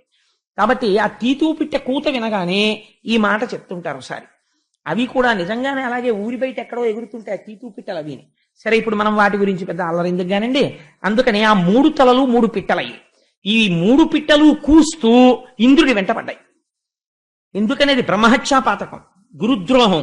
గురువుని సంహరించాడు. వెంటనే బ్రహ్మహత్యా రూపాన్ని, బ్రహ్మహత్య యొక్క పాపము 3 పిట్టల రూపంలో పైకొచ్చింది. పైకొచ్చి ఇంద్రుణ్ణి తరవడం మొదలెట్టింది. తరవడం మొదలెడితే ఆ ఘోరమైన కోతలు వినలేక ఏడాది పాటు భరించాడు. ఇప్పుడు ఈ బ్రహ్మహత్యా పాతకం తను పెట్టి కూర్చుంటే మనశ్శాంతి లేదు. అందుకని ఇప్పుడు ఈ బ్రహ్మహత్యా పాతకాన్ని ఎవరికన్నా ఇచ్చేసేయాలి. ఎవడు పుచ్చుకుంటాడు? అయ్యా, ఓ 1000 రూపాయలు దానం ఇస్తాను రెండంటే వస్తారు, లేకపోతే బంగారం ఇస్తాను రెండంటే వస్తారు, స్థలం ఇస్తానంటే వస్తారు, లేకపోతే ఏదో పుస్తకం దానం చేస్తానన్నా వస్తారు. అంతేకాని అయ్యా మీకు బ్రహ్మహత్య దానం చేస్తానండి ఓ భాగం రెండంటే ఎవరైనా వస్తారా? ఎవరు రారు. కానీ ఇంద్రుడి యొక్క మాట కాదనలేక ఆ రోజుల్లో 4 ఒప్పుకున్నారు. అది జాతి పర్యంతము నిలబడిపోతుంది ఆ బ్రహ్మహత్యా పాతకం అన్నారు. అలా ఒప్పుకున్న వాళ్ళు ఎవరో తెలుసా అండి? నా మీద కోప్పడగానే నేను పురాణంలో ఉన్న మాట చెప్తాను కానీ నా సొంత రచనలు చెప్పను కదా. అందుకని 1 భూమి పుచ్చుకుంది, 2 నీరు పుచ్చుకుంది, 3 జలములు పుచ్చుకున్నాయి, 4 స్త్రీలు పుచ్చుకున్నారు. పుచ్చుకుంటే ఇంద్రుడి దగ్గర ఈ 4 పావువంతు బ్రహ్మహత్యా పాతకాన్ని పంచుకున్నారు. ఆ రోజున విశ్వరూపుడి తలలు తెగిపోయిన పాపాన్ని. బ్రహ్మహత్యా పాతకం మేం పుచ్చుకున్న తర్వాత కాబట్టి మాకు వరాలు కూడా ఇమ్మని అడిగారు. అడిగితే భూమికి వరం ఇచ్చాడు. ఏమని? ఎవరైనా గొయ్యి తీసినా ఆ గొయ్యి తనంత తాను పూడుకుపోతుంది కొంతకాలానికి, నీకు వరం ఇస్తున్నాను. 2వది చెట్లకి వరం ఇచ్చాడు. ఎవరైనా తెలియక కత్తితో నరికేసినా మొదలుంటే చాలు మళ్ళీ చిగురుస్తుంది, నీకు వరం ఇస్తున్నాను. 3వది నీటికి వరం ఇస్తున్నాను. ఏ పని చేసినా ప్రక్షాళనమనబడేటటువంటి మాట దాని యందు ప్రయోగింపబడదు. మీరు ఏదో ముట్టుకోకూడని వస్తువుని ముట్టుకుని ఓ కాగితానికి తుడుచుకున్నారనుకోండి, అది ప్రక్షాళనం అనరు. నీటి చుక్క ముట్టుకున్నారనుకోండి, వెంటనే ప్రక్షాళనం అయిపోతుంది. అందుకే మంత్రపుష్పం చెప్పేటప్పుడు చేతిలోకి ఇచ్చిన పువ్వులు ఈశ్వరుడి పాదాల మీద వేయాలి కదా. ఓ చుక్క నీరు చేతిలో పోస్తే చెయ్యిలా తుడుచుకుంటాం, ఒక చుక్క అయినా సరే చాలు. ఆ ప్రక్షాళన చెయ్యగలిగినటువంటి శక్తి నీటికి ఇచ్చారు. అందుకని ఆ నీటికి వరం ఇచ్చారు. 4వది స్త్రీలకి ఇచ్చారు. ఏమి స్త్రీలకి ఇచ్చిన వరం అంటే కామోపభోగమునందు స్త్రీలకి ఎక్కువ సుఖము కలుగుట అన్న వరం ఇచ్చారట. సరే, అందుకని ఆ 4 వరములు ఇచ్చారు. ఇచ్చిన తరువాత ఈ బ్రహ్మహత్యలో పావు వంతు పుచ్చుకున్న వాళ్ళు ఏ రూపంగా అనుభవించాలి ఇప్పుడు అంటే భూమి ముందు పుచ్చుకుంది. అందుకని ఊషర క్షేత్రములు ఏర్పడ్డాయి. అంటే పంటలు పండనటువంటి ఉప్పుతో కూడినటువంటి ఇసుక పర్రలు ఏర్పడ్డాయి. దాని మీద మొక్క మొలవదు. బ్రహ్మహత్యాపాతకమే ఊసర క్షేత్రమైంది. చెట్టు పుచ్చుకుంది. చెట్టులోంచి జిగురు కారుతుంటుంది. అందుకే చెట్టు యొక్క జిగురు వికారమును స్పృశించకూడదంటారు. నాకు చిన్నతనంలో తెలిసేది కాదు. తుమ్మ చెట్టులోంచి జిగురు వస్తే తెలియక జిగురు తెచ్చుకుని ఇలా ఇలా ఇలా ఇలా అనుకుంటూ ఉండేవాళ్ళం పుస్తకాలకు రాసి. మా ఇంట్లో పెద్దవాళ్ళు చూసి ఓ దుర్మార్గుడా నువ్వు ఆ జిగురంతా పట్టుకొస్తున్నావా, వెళ్ళి స్నానం చేయంటుండేవారు. అందుకని చెట్లలోంచి కారేటటువంటి జిగురు బ్రహ్మహత్యాపాతక రూపం. అలాగే నీటి యందు బుడగ కానీ నీటి యందు నురుగు కానీ ఉంటే అది బ్రహ్మహత్యాపాతక రూపం. అందుకే ఆచమనం చేసేటప్పుడు నీటిలో బుడగుంటే వదిలిపెట్టేస్తారు పక్కకి నీళ్లు తప్ప, బుడగతో ఉన్న నీరు ఎట్టి పరిస్థితుల్లోనూ తీసుకోరు. అలాగే నురుగు వస్తోందనుకోండి, కొత్తగా ప్రవాహం వచ్చే ముందు ఇంతంత నురుగు తుట్లు వస్తాయి. వస్తే దాంట్లోకి ప్రవేశించి స్నానం చేయడం కానీ ఆ నురుగు ముట్టుకోవడం కానీ చేయరు. కాబట్టి ఆ నురుగు, ఆ బుడగ బ్రహ్మహత్యాపాతక రూపం. 4వది స్త్రీల యందు రజోగుణ దర్శనము బ్రహ్మహత్యాపాతక రూపం. అందుకని వారి యందు ఆ నియమం ఉంచారు.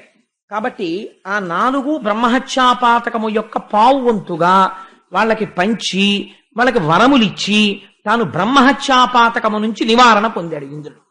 పొంది మళ్ళీ సింహాసనాధిష్ఠుడయ్యాడు. చూడండి ఎక్కడ మొదలైంది ఇంద్రుడికి కష్టం.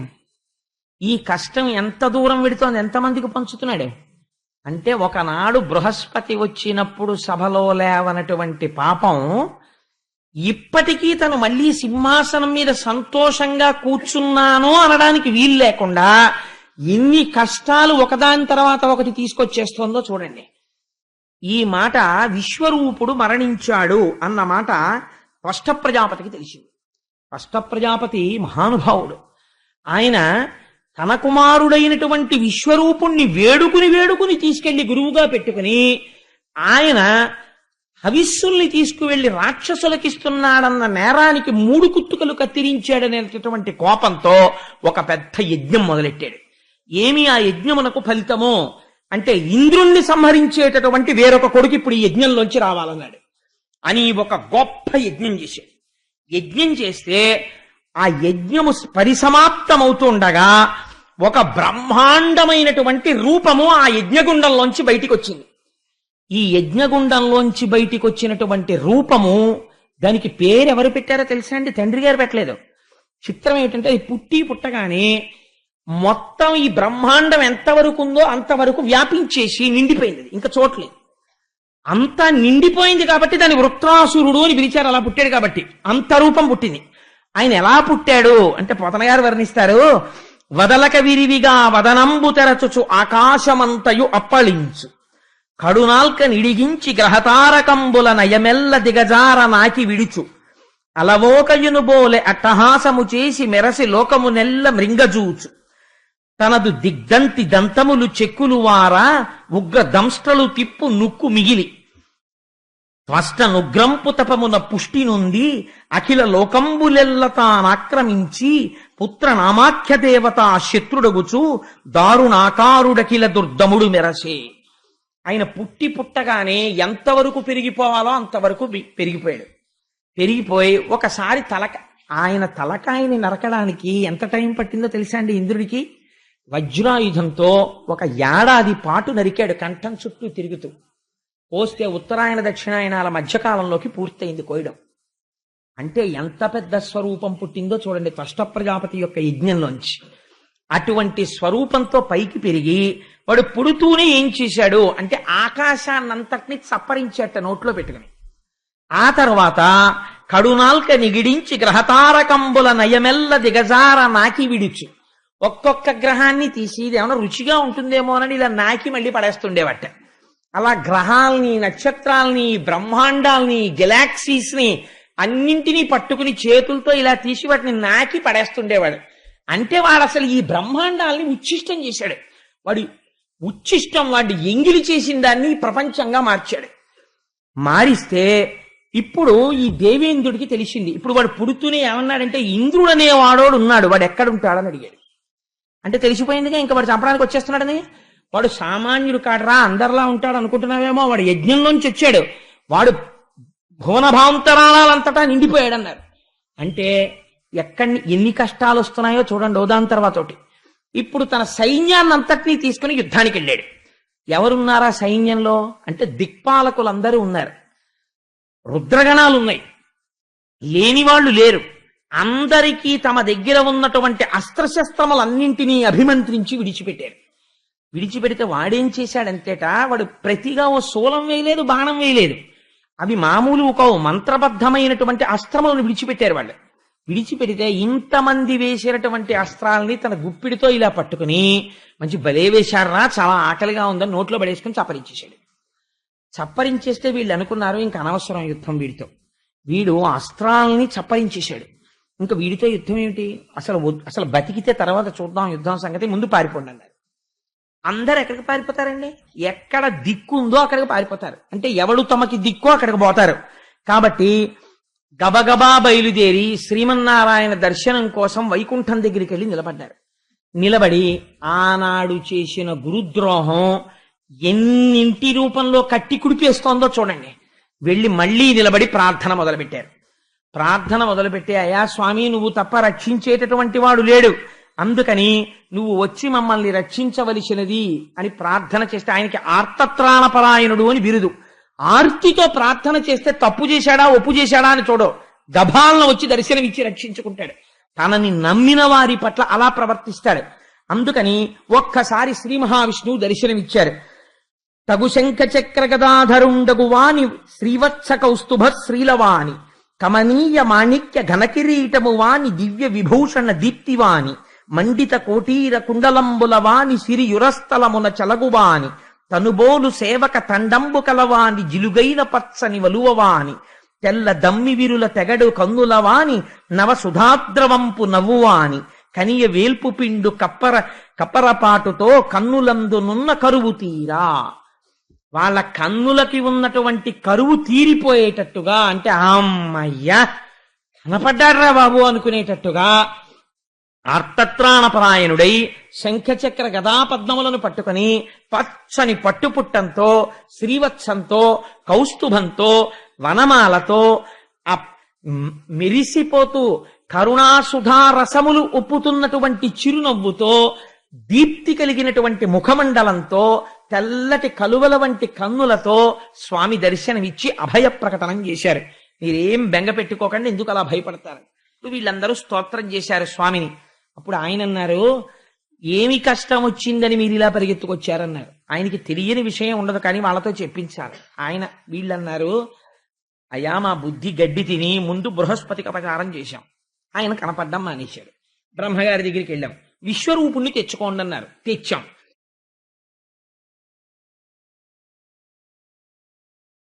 ఆయన ముందే చెప్పాడు నేను బ్రహ్మజ్ఞానిని. అబ్బెబ్బే వీల్లేదు, వచ్చి గురువు పదవిలో కూర్చోని పౌరోహిత్యం అప్పచెప్పాం. ఆయన హవిస్సులు తీసుకెళ్లి రాక్షసులకు ఇచ్చాడు. ఆ క్షణంలో కొంచెం సేపు ఆలోచిద్దాం, ఇలా ఎందుకు జరిగిందో, పోనీ ఈ మాట ఏదో మీకు వచ్చి చెప్పేసి ఉంటే, అయ్యా ఆయన్ని పెట్టుకున్నామండి, కానీ ఆయనేమో మరి హవిస్సులు తీసుకెళ్లి రాక్షసులకు ఇచ్చేస్తున్నారు అని బ్రహ్మగారికి చెప్తే ఏముండేదో, తనే పెద్ద మరగాన్ని అనుకుని గభాలను కత్తి తీసి నరికేశాడు శిరస్సులు. అక్కడి నుంచి బ్రహ్మహత్యాపాతకం వచ్చింది. దాన్ని తీసుకెళ్లి ఇంకో నలుగురి మీద రుద్దాడు. ఇంకా పరంపరాగతంగా వాళ్ళని పట్టు కూర్చుంది. పోను అక్కడతో వదిలిపెట్టాడా? వదిలిపెట్టలేదు. ఈలోగా త్వష్ట ప్రజాపతి మళ్ళీ ఇప్పుడు వృత్రాసురుణ్ణి సృష్టి చేశాడు. ఇప్పుడు ఆ వృత్రాసురుడు వచ్చి మా అస్త్రశస్త్రాలన్నీ మింగేశాడు.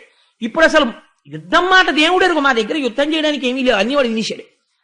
కాబట్టి ఈశ్వర ఇప్పుడు మీరు తప్ప మాకేది దిక్కు అన్నారు. అంటే మీరు చూడండి, ఒక ఆశ్చర్యకరమైన విషయం. ఏమనాలండి, శ్రీమన్నారాయణుడు ఎన్నో అవతారాలు స్వీకరించాడు. అజాయమానో బహుధా విచాయితే, నిన్న అలా ప్రార్థన చేస్తే వృషభుడిగా వచ్చాడు కొడుకు కింద. అలాంటి వాడు పోన్లేండ్రా మీరేం బెంగ పెట్టుకోకండి, నేను వచ్చేస్తున్నానని ఓసారి ఆ గరుత్మంతో ఎక్కేసి అలా వచ్చేసి ఠకేళ్ళని సుదర్శనాన్ని ప్రయోగించేస్తే ఎంత వృత్రాసురుడైతే మాత్రం కంఠం తీపై కింద పడిపోతాడు. రావాలి కదండి ఆయన. పొరపాటు ఎక్కడ జరుగుతోంది? బ్రహ్మజ్ఞానుల పట్ల జరుగుతోంది. అంటే ఎక్కడో మనస్సులో వాళ్ళ పట్ల చాలా చులకన భావం ఉంది. కాబట్టి ఈజీలీ అప్రోచబుల్, మనం 10 మాటలు వాళ్ళని తెచ్చుకోవచ్చు, ఎలా అయినా వాడుకోవచ్చు అన్న భావన ఒకటి మనసులో మెదులుతోంది. ఇది ముందు లోపల సంస్కార బలంతో మార్చుకోవాలి. అందుకని ఇప్పుడు గురువుల యొక్క అనుగ్రహం ఎలా ఉంటుందో, వారి త్యాగం ఎలా ఉంటుందో చూపించాలనుకున్నాడు. అనుకుని ఆయన అన్నాడు, మిమ్మల్ని రక్షించడానికి మీకు వస్త్రాలు పోయాయి, శస్త్రాలు పోయాయి కదా. వృత్రాసురుడితో యుద్ధం చేయడానికి కమ్మరాడి దగ్గరికి వెళ్ళి ఇప్పుడు మీరు శూలాలు చేయించుకుని గొడ్డళ్ళు చేయించుకుంటే పనికిరావు. వృత్రాసురుణ్ణి చంపడానికి కావలసినటువంటి ఆయుధాన్ని ఇవ్వగలిగిన వాడు ఒక్కడే ఉన్నాడు ప్రపంచంలో. ఆయనే దధీచి మహర్షి. అవి ఎక్కడి నుంచి వస్తాయో తెలుసా? ఆయన నిరంతర నారాయణ కవచ పారాయణం చేశాడు. ఆయన శరీరాన్ని మీరు అడగండి. ఇది గురువులంటే. మీరు వెళ్ళి అయ్యా మీ శరీరం ఇచ్చేయండి అని అడగండి. ఆయన బ్రహ్మజ్ఞాని, ఇచ్చేస్తాడు. ఇంద్రుడికి బుద్ధి వస్తుంది. సింహాసనం మీద కూర్చోవడం కాదు, త్యాగం అంటే ఎలా ఉంటుందో గురువులది చూపించాలనుకున్నాడు. అందుకని మీరు వెళ్ళి అడగండి, శరీరం ఇచ్చేస్తాడు దధీచి మహర్షి. ఆయన శరీరం ఇచ్చిన తర్వాత ఆయన శరీరాన్ని కోసేయండి. లోపల ఎముకలు పైకి తీసి మూట కట్టుకోండి. మూట కట్టుకుని పట్టుకెళ్ళి విశ్వకర్మకి ఇవ్వండి. విశ్వకర్మ ఆ ఎముకల్లోంచి 100 అంచులు కలిగిన వజ్రాయుధాన్ని తయారు చేస్తాడు. ఇప్పుడు దధీచి మహర్షి ఎముకలతో నారాయణ కవచ ప్రభావ సమ్మిళితమైనటువంటి ఆ ఎముకలలోంచి వచ్చిన వజ్రాయుధాన్ని ప్రయోగిస్తే విత్రాసురుడు సంహరింపబడతాడు.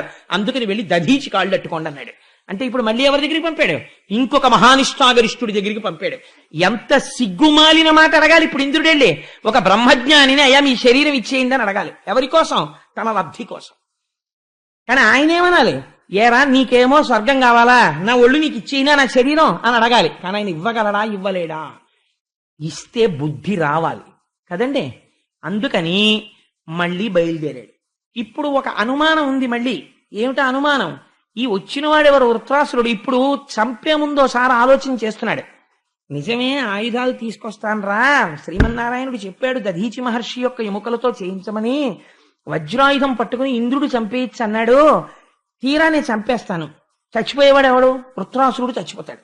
వృత్రాసురుడు ఎవడి బిడ్డడు? తష్ట ప్రజాపతి బిడ్డడు. తష్ట ప్రజాపతి బిడ్డడే ఇంతకు ముందు వచ్చిన విశ్వరూపుడు. ఆయన్ని చంపితే ఏమైంది? బ్రహ్మహత్యాపాతకం చుట్టుకుంది. ఇప్పుడు ఎవరు? మళ్ళీ తష్ట ప్రజాపతి కొడుకే. మళ్ళీ చంపేస్తాను, మళ్ళీ బ్రహ్మహత్యాపాతకం వచ్చి చుట్టుకుంటుంది. మీకేం, మీరు పోతారు హాయిగా మీ పదవుల్లోకి, నేనేమైపోనన్నాడు. అంటే ఇప్పుడు కొంచెం పాపపుణ్య విచారణ ప్రారంభమైంది. అంటే వాళ్ళు అన్నారు, ఒరే అసలు ముందు మనం బతికితే కదా ఆ వృత్రాసురుడిలోంచి నీకు బ్రహ్మహత్యాపాతకం వచ్చిందో ఇంకోటి వచ్చిందో, మేము ఎలాగోలా నీ చేత అశ్వమేధయాగం చేయించి నీకున్న బ్రహ్మహత్యాపాతకాన్ని విముక్తి చేయిస్తాం. ఈసారి ఎవరు పుచ్చుకోరు. తెలియక వాళ్ళు పుచ్చుకున్నారు 4. ఇంక ఈసారి వాళ్ళు పడుతున్న కష్టం చూశారు. యాత్ర కడదామంటే భయం, ఇంట్లో పుణ్యకార్యం అంటే భయం, గృహప్రవేశం అంటే భయం, పెళ్ళంటే భయం.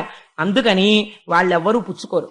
అందుకని రే ఈసారి నీవు ఎవ్వరినీ చెయ్యి చాచి అడగక్కర్లా, నీకున్న బ్రహ్మహత్యాపాతకం మేము తీసేస్తాం. ముందెళ్ళి ఆ దధీచిని శరీరం అడగరా అన్నారు. ఎన్ని కష్టాలు వచ్చాయి చూడండి. ఇక్కడ ఒప్పుకున్నాడు. వీళ్ళందరూ తర్వాత చీ అంటారు. అన్నా పడాలి. ఎందుకని? ఆనాడు బృహస్పతి వచ్చినప్పుడు లేచి నించుంటే ఇన్ని కష్టాలు వచ్చుండేవా? ఎక్కడి నుంచి ఎక్కడికి వస్తోందో చూడండి. ఒక్క గురువుని అవమానం ఎంత కట్టి కుడుపుతోందో చూడండి. అందుకని ఏం చేశాడు? మళ్ళీ అందరినీ ఇప్పుడు ఆలోచించి తను నిర్ణయం తీసుకోవడానికి లేడు. పెద్ద ఆయన వచ్చి చెప్పేశాడు. ఇంకా ఆయనకన్నా పెద్ద ఆయన ప్రపంచంలో లేడు. వెళ్ళలేదు అనుకోండి, చచ్చూరుకుంటాడు. ఆయన ఏమంటాడు? మళ్ళీ ఎవరన్నా వెళ్ళడితే అదేట శ్రీమన్నారాయణ చెప్తే వెళ్ళలేదు, మళ్ళీ నువ్వు వచ్చావా, మేమేం చేస్తామంటారు. ఈలోగా ప్రమాదం జరిగిపోతుంది. కాబట్టి ఇప్పుడు ఆలోచించుకోవడానికి టైం లేదు. ఇన్స్టంటానియస్ వెళ్ళి చేసేయాలంతే. అందుకని తప్పదు, బ్రహ్మహత్యాపాతకం మళ్ళీ వచ్చేస్తోంది. అన్నీ తెలుసు, ఆలోచించుకోవడానికి టైం లేదు. పరిగెత్తుకుంటూ దధీచి దగ్గరికి వెళ్ళాడు. ఎంత దిక్కుమాలిన కోరికోవాలని. ఒరే నువ్వు కూర్చోడానికి ఇంద్రుడు విని అడగడానికి మేము అంటే నువ్వే అడుగన్నారు. అంటే పాపం వెళ్ళి అడిగాడు. ఎంత దారుణమైనటువంటి మాట అడిగాడంటే, అయ్యా ఇవాళ నేను నా కర్మ కాలి ఇంద్రుణ్ణి నా అంత వాడెక్కడున్నాడు, నా అంత మొనగాడు, నన్ను అందరూ సేవిస్తున్నారని ఇలా కూర్చున్నాను. ఎప్పుడో తెలుసా? మా గురువుగారు వచ్చినప్పుడు. ఇవాళ నా బతుకేమిటో తెలుసా? అడగరానివన్నీ దేహి అని అడుక్కుంటున్నాను అని ఏమని అడిగాడో చూడండి. పోతన గారి ట్రాన్స్లేషన్ అంటేనండి పోతన గారికే చెల్లు. వ్యాసుడు సంస్కృత మూలం ఎలా వ్రాసాడో అలా ఆంధ్రీకరించాడు మహానుభావుడు. తెలుగు భాషకి ఉన్న గొప్పతనాన్ని బ్రహ్మతత్వంతో ఇనుమడింపచేసి భాషని ఈశ్వరుడికి నైవేద్యం పెట్టాడు పోతనామాచ్యుడు.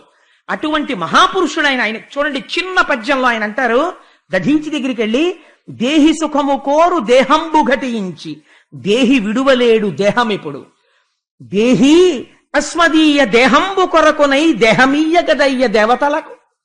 దేహి అంటే దేహమున్నవాడు. దేహి అంటే ఈ దేహమును పొందినవాడు ఎందుకు పొందుతాడు? సుఖములు అనుభవిద్దామని పొందుతాడు. యజ్ఞం చేసినా యాగం చేసినా ఎందుకు చేస్తాడు? దీనికి సుఖాల కోసం చేస్తాడు. దేహి అంటే శరీరమును పొందినవాడై. ఇవాళ నేను ఏ స్థితికి వచ్చానో తెలుసా? నేను దేహంతో ఉండడానికి దేహి నిన్ను అడుక్కుంటున్నాను. ఇంతకన్నా నాకు బతుకు లేదు. అస్మదీయ దేహంబు కొరకునై నేను బతికుండడానికి దేహమీ గదయ్య దేవతలకు, నీ దేహం మాకు ఇచ్చేవయ్యా. ఇంతకన్నా నేను ఏమని అడగను? ఇలా అడగడంలోనే నేను చాలా చచ్చిపోయానయ్యా అని ఇంతటి ఇంద్రుడు తలదించుకుని అడిగాడు. ఆయన గొప్పతనం ఏమిటో తెలుసా అండి? ఆయన ఇంతకుముందు 2 మాటలు చచ్చిపోయాడు దధీచి. అదేమిటండి అలా ఎలా చచ్చిపోయాడని మీకు ఆశ్చర్యం ఇచ్చు. ఆయన ఒకసారి తపస్సు చేసుకుంటుంటే అశ్వినీ దేవతలు వచ్చారు. వచ్చి అయ్యా మాకు మంత్రం ఉపదేశం చేయాలండి మీరు అన్నారు. అంటే ఆయన అన్నాడు, తప్పకుండా మీకు ఉపదేశం చేస్తాను రా, కొంచెం చిన్న యాగం చేసుకుంటున్నాను, అయిపోయాక రండి చేసేస్తానన్నాడు. అంటే ఈయన వెళ్ళిపోగానే ఇంద్రుడు వచ్చన్నాడు, మీరు ఆ విద్య చెప్పేశారంటే వాళ్ళు అమరులు అయిపోతారు, మీరు చెప్పేశారా మిమ్మల్ని చంపేస్తానన్నాడు. ఈ అలవాటు ఉందన్నమాట అప్పటి నుంచే. అంటే మళ్ళీ వాళ్ళు వస్తే ఈయన అన్నాడు, ఒరే నేను చెప్పేస్తే వాడు చంపేస్తానన్నాడు రా, అందుకని ఎలాగన్నారు. వాళ్ళు అశ్విని దేవతలు, వాళ్ళు దేవ వైద్యులు. వాళ్ళు అన్నారు, ఏమన్నాడు? చంపేస్తాను కదా అన్నాడు. మేము పని చేస్తాం. ఇంద్రుడు ముందు వెనక చూడకుండా నువ్వు మాకు విద్య ఉపదేశం చేశావని చెప్పగానే నీ కంఠాన్ని నరికేస్తాడు కదా. ఆ పనేదో మేమే చేసేస్తాం. మేమే నరికేసి నీ కంఠాన్ని, నీ తలకాయ తీసుకెళ్లి పక్కన పెట్టేసి ఓ గుర్రం తలకాయ తెచ్చి నీకు పెట్టేస్తాం. ఆ విద్య పేరు అశ్వశిరము కదా. ఎలాగో నువ్వు గుర్రం తలకాయతో మాకు చెప్పి మాకు మహానుభావుడైనటువంటి దధీచి మహర్షి ఉపదేశం చేసేశారు అని అరుస్తాం. నేను వద్దన్నా చెప్పాడా అని కట్టట్టుకొచ్చేసి ముందు వెనక చూడకుండా ఆ తలకాయ కొట్టేస్తాడు. అప్పుడు మేమేం చేస్తామంటే ఈ గుర్రం తలకాయ తీసేసి అసలు తలకాయ మళ్ళీ పెట్టేస్తాం అన్నారు. అంటే దధీచి అన్నాడు, అయితే మాత్రం ఎవడైనా ఏమంటాడండి, ఊరే మీరేమో ముందే తలకాయ తీసేస్తారా, గుర్రం తలకాయ ఎట్టేస్తారా, మీకు ఉపదేశం చేసేనా, ఆ తర్వాత మీరేమో అరిచి వెళ్ళిపోతారా, వాడు వచ్చి ఇంకోసారి నరికేస్తాడా, మీరు మళ్ళీ తెచ్చి తలకాయ ఎట్టేస్తారా, నాకేమిట్రా, నాకు ఎందుకురా ఇన్ని మాటలు తలకాయలు కోయించేసుకోవడం అని అడగద్దండి. కానీ గురువు అంటే ఎలా ఉంటారో చూడండి, ఎంత స్వార్థత్యాగంతో ఉన్నాడో. ఆయన అన్నాడు, పొన్లండి అలాగే నరికేయండి అయితే అన్నాడు. అంటే ఠకేలిన వాళ్ళు కంఠం నరికేసి ఓ గుర్రం తలకాయ ఎట్టేశారు.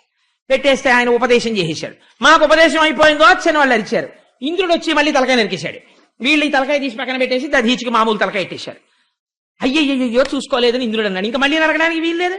అందుకని దధీచికి అలా తలకాయ ఇచ్చేసింది. కాబట్టి ప్రాణంతోనే ఉన్నాడు, కాబట్టి బ్రహ్మహత్యాపాతకం రాలేదు. కాబట్టి దధీచి మహర్షి అంటే ఇంతకు ముందే చచ్చి పుట్టినవాడు ద్విజుడైన. ద్విజుడేమిటండి? అటువంటి మహాపురుషుడైన అటువంటి దధీచి మహర్షి దగ్గరికి వెళ్ళి ఈ మాట అడిగితే ఆయన అన్నాడు, వాళ్ళని చూసి నవ్వుతూ, ఎలమి బ్రతుక నిచ్చగించిన వారికి దేహమల్ల భంగి తీపు కాదే, అచ్యుతుండు వచ్చి అర్థి చేసినను తన్ను ఇచ్చునట్టి దాత కలడే. ఎవడైనా ఏ సుఖాన్నైనా ఏదైనా ఎందుకు కోరుతాడయా? దీంట్లో ఉండి సుఖం అనుభవిద్దామని. మీరేమిటా ఇలా జరుగుతున్నారు? ఏకంగా నా శరీరం ఇచ్చేయమంటున్నారు. ఒకవేళ అచ్యుతుడు అంటే తన స్థానం నుంచి చెలించని వాడు ఆయనే వచ్చి అయ్యా మీ దేహం ఇచ్చేయండి అన్నా ఎవడైనా ఇస్తాడా? ఎవడు ఇవ్వడు కదా. మరి మీరేమిటి తన్ను ఇచ్చునట్టి దాత కలడే? తన శరీరాన్ని దానం చేసేవాడు ఉంటాడరా ప్రపంచంలో?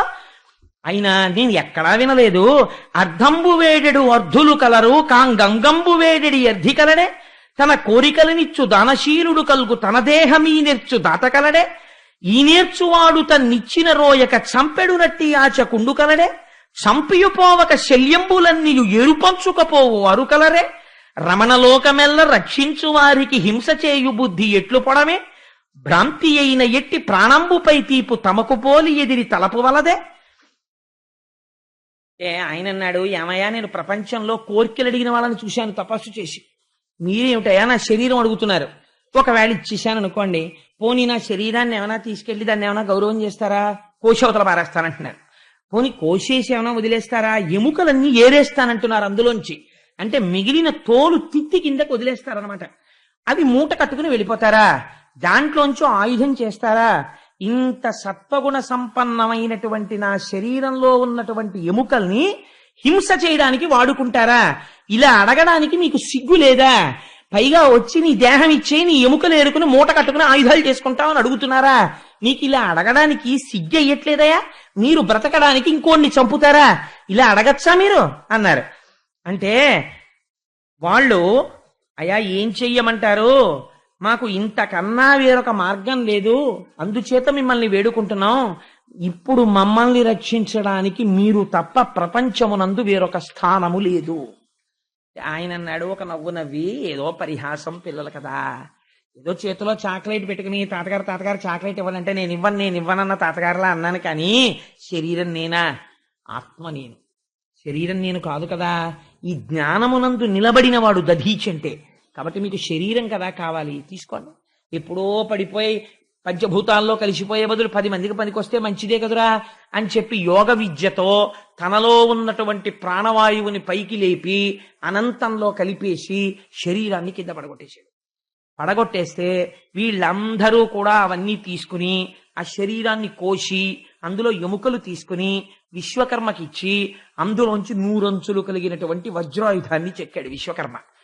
ఈలోగా ఆయన పెద్ద తాత్సారం చేసి ఇవన్నీ ఎంతసేపు పట్టాయి? ఓ 10-15 నిమిషాల్లో అయిపోయింది ఈ పనంతా. ఈలోగా ఆయన లోకాలన్నింటినీ కూడా గడగడ లాడించేస్తున్నాడు వృత్రాసురుడు. గబగబా వెంటనే ఈ వజ్రాయుధాన్ని చేతిలో పట్టుకుని ఆ ఐరావతానికి తన సైన్యాన్నంతటినీ తీసుకుని, మీరు విన్నారు కదా, నాకు వెనకాతల శ్రీమన్నారాయణుడి యొక్క వచనం ఉంది, మీరేం బెంగ పెట్టుకోకండి అని గబగబా పట్టుకుని వీళ్ళందరినీ తీసుకుని యుద్ధభూమికి వెళ్ళాడు. యుద్ధభూమికి వెళ్ళి ఆ వృత్రాసురుడితో గొప్ప యుద్ధం జరుగుతోంది.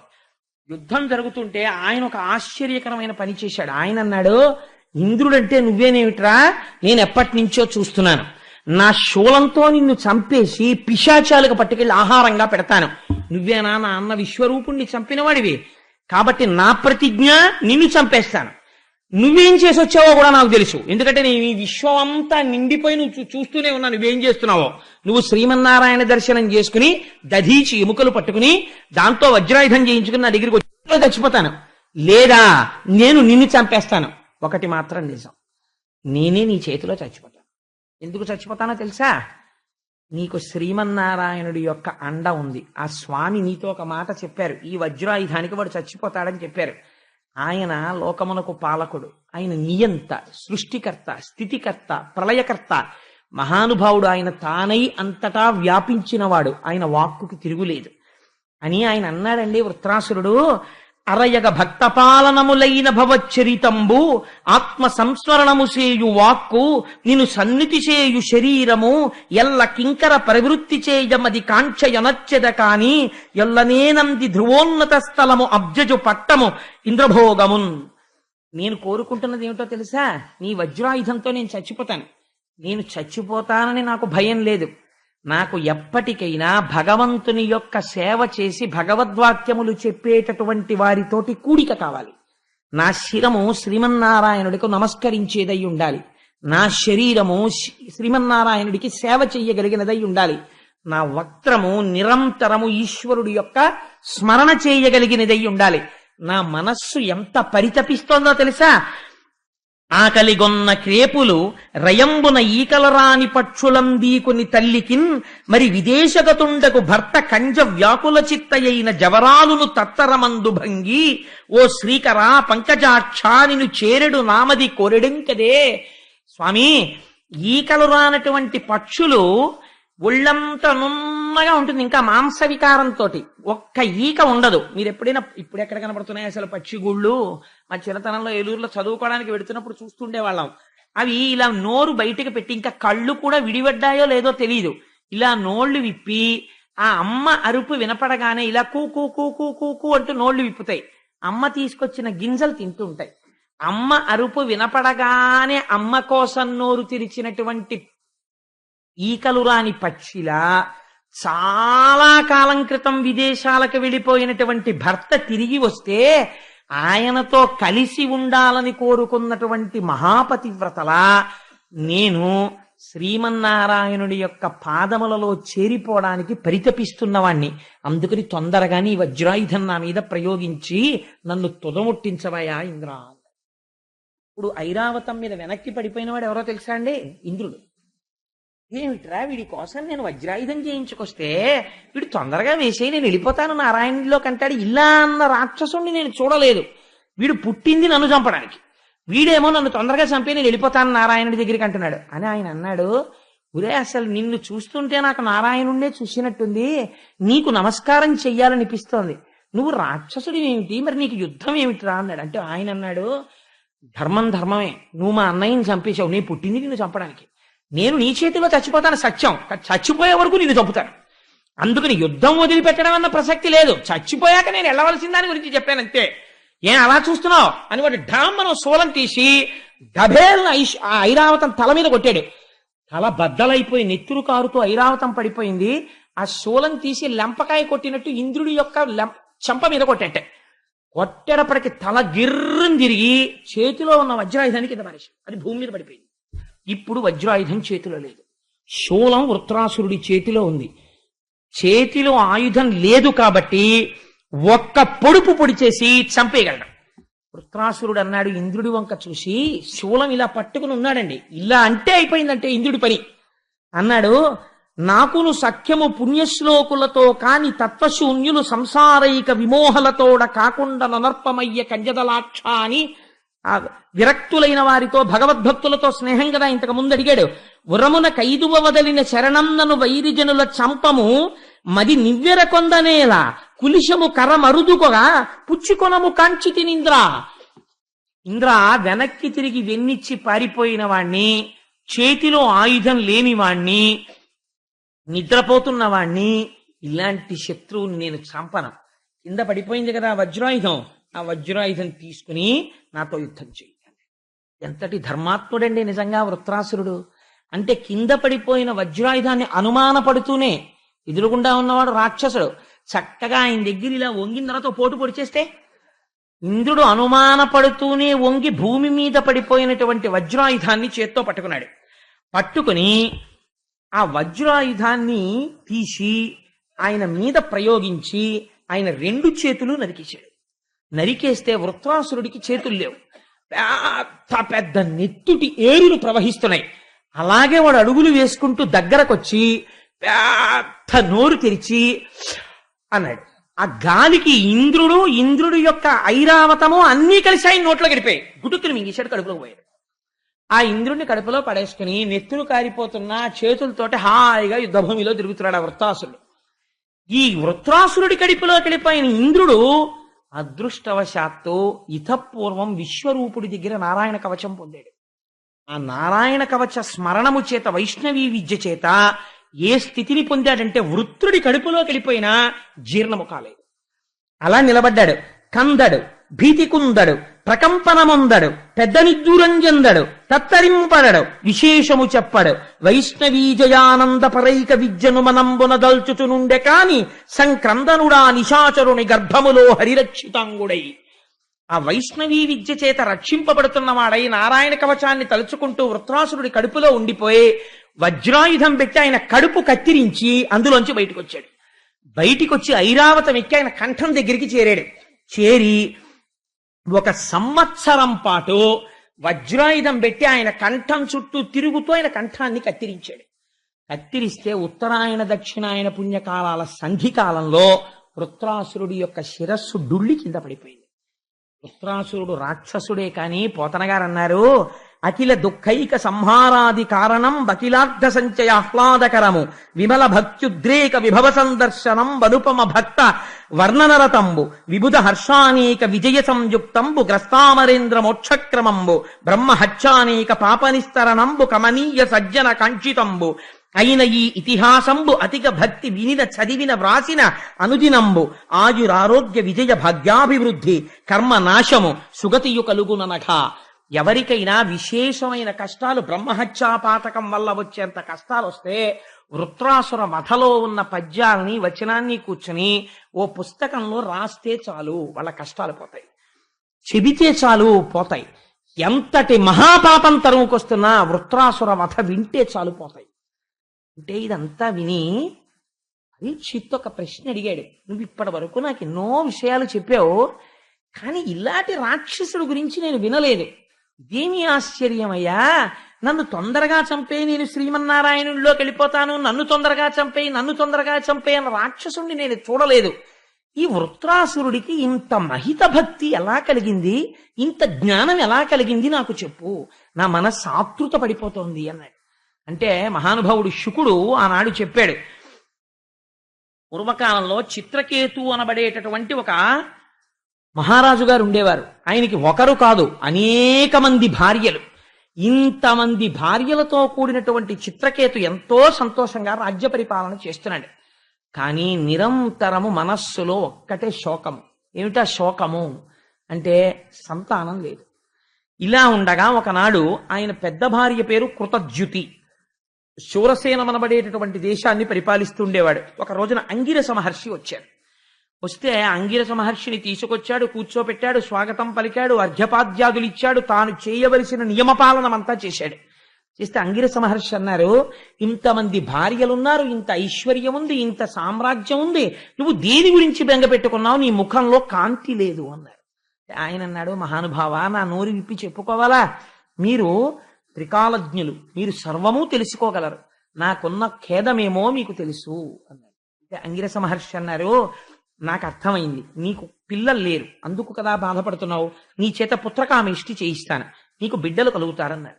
అని పుత్రకామేష్టి చేయిస్తే అందులోంచి మిగిలినటువంటి యజ్ఞ చెరువు, నేను తరచు చెప్తుంటాను, చెరువు అంటే గబుక్కుని జలాశయం అనుకునేరు. చెరువు అంటే ఆ హవిస్సుని వేసేటటువంటి పాత్ర, అందులో పిండి ముద్దలా చేస్తారు. అది అంతా ఎప్పుడు చేయకూడదు, అందులో మిగిలినటువంటిది మహాప్రసాదం అవుతుంది. ఆ యజ్ఞ శేషము హవిస్సు పాత్రలో మిగిలిపోయిన హవిస్సుని అంగిరసుడు అన్నాడు, నీ పెద్ద భార్య చేత తినిపించు, తినిపిస్తే నీకు యోగ్యుడైన కుమారుడు కలుగుతాడు. కానీ ఈ ఆఖ్యానములన్నీ ఎందుకింత శక్తివంతములైపోయాయో తెలుసా అండి? గురువుల అనుగ్రహం గురించి మాట్లాడతాయి. ఆయన అన్నాడు, నీకు కొడుకు కలుగుతాడు, వాడి వలన సుఖ దుఃఖములు పొందుతావు. ఎంత గొప్ప ఆశీర్వచనం చేశాడో తెలిసాడు. చూడండి, పోనీ చాలా సంతోషపడిపోతావా అంటే గొడవ వదిలిపోను, చాలా ఏడుస్తావా అన్నా గొడవ వదిలిపోను, అలాగా అనలేదు ఇలాగా అనలేదు, సుఖ దుఃఖములు పొందుతావు అన్నాడు. అంటే రాజు అనుకున్నాడు, పోన్లేదు కొడుకు పుట్టాడు, ఎంత సంతోషం, ఈ మాట అన్నాడు కదా అనుకున్నాడు. వెళ్ళిపోయాడు అంగిరసుడు.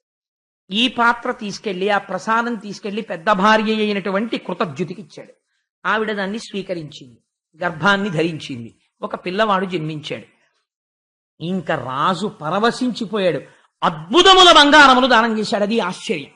పర్వతరాసులంతంత బంగారం దానం చేశాడు, కొడుకు పుట్టాడని. ఎంతో సంతోషంగా ఉంది రాజ్యం అంతా. ఒక రోజు రాత్రి పెద్ద భార్య కుమారుణ్ణి పెట్టుకుని నిద్రపోతోంది. మిగిలిన భార్యలందరికీ కోపం వచ్చింది.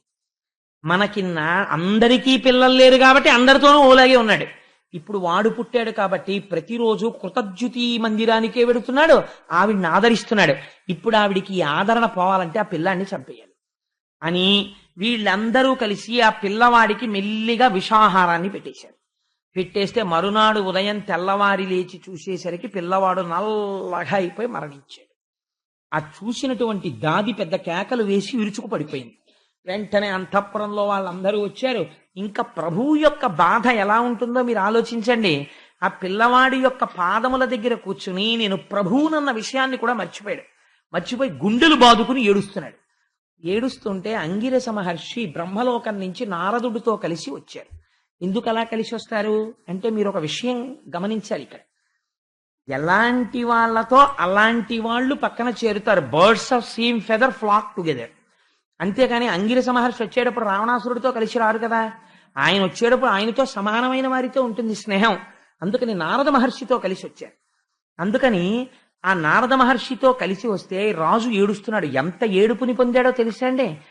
ఎవరి వలన కొడుకు పుట్టాడో ఆ అంగిరస మహర్షిని మరిచిపోయి వచ్చిన వాళ్ళు ఎవరో అనుకుంటున్నారు. అంటుంటే అంగిరస మహర్షి అడిగారు, అక్కడే ఉంది కొడుకు యొక్క శవం, రాజా నువ్వు ఎందుకు ఏడుస్తున్నావు అని అడిగాడు.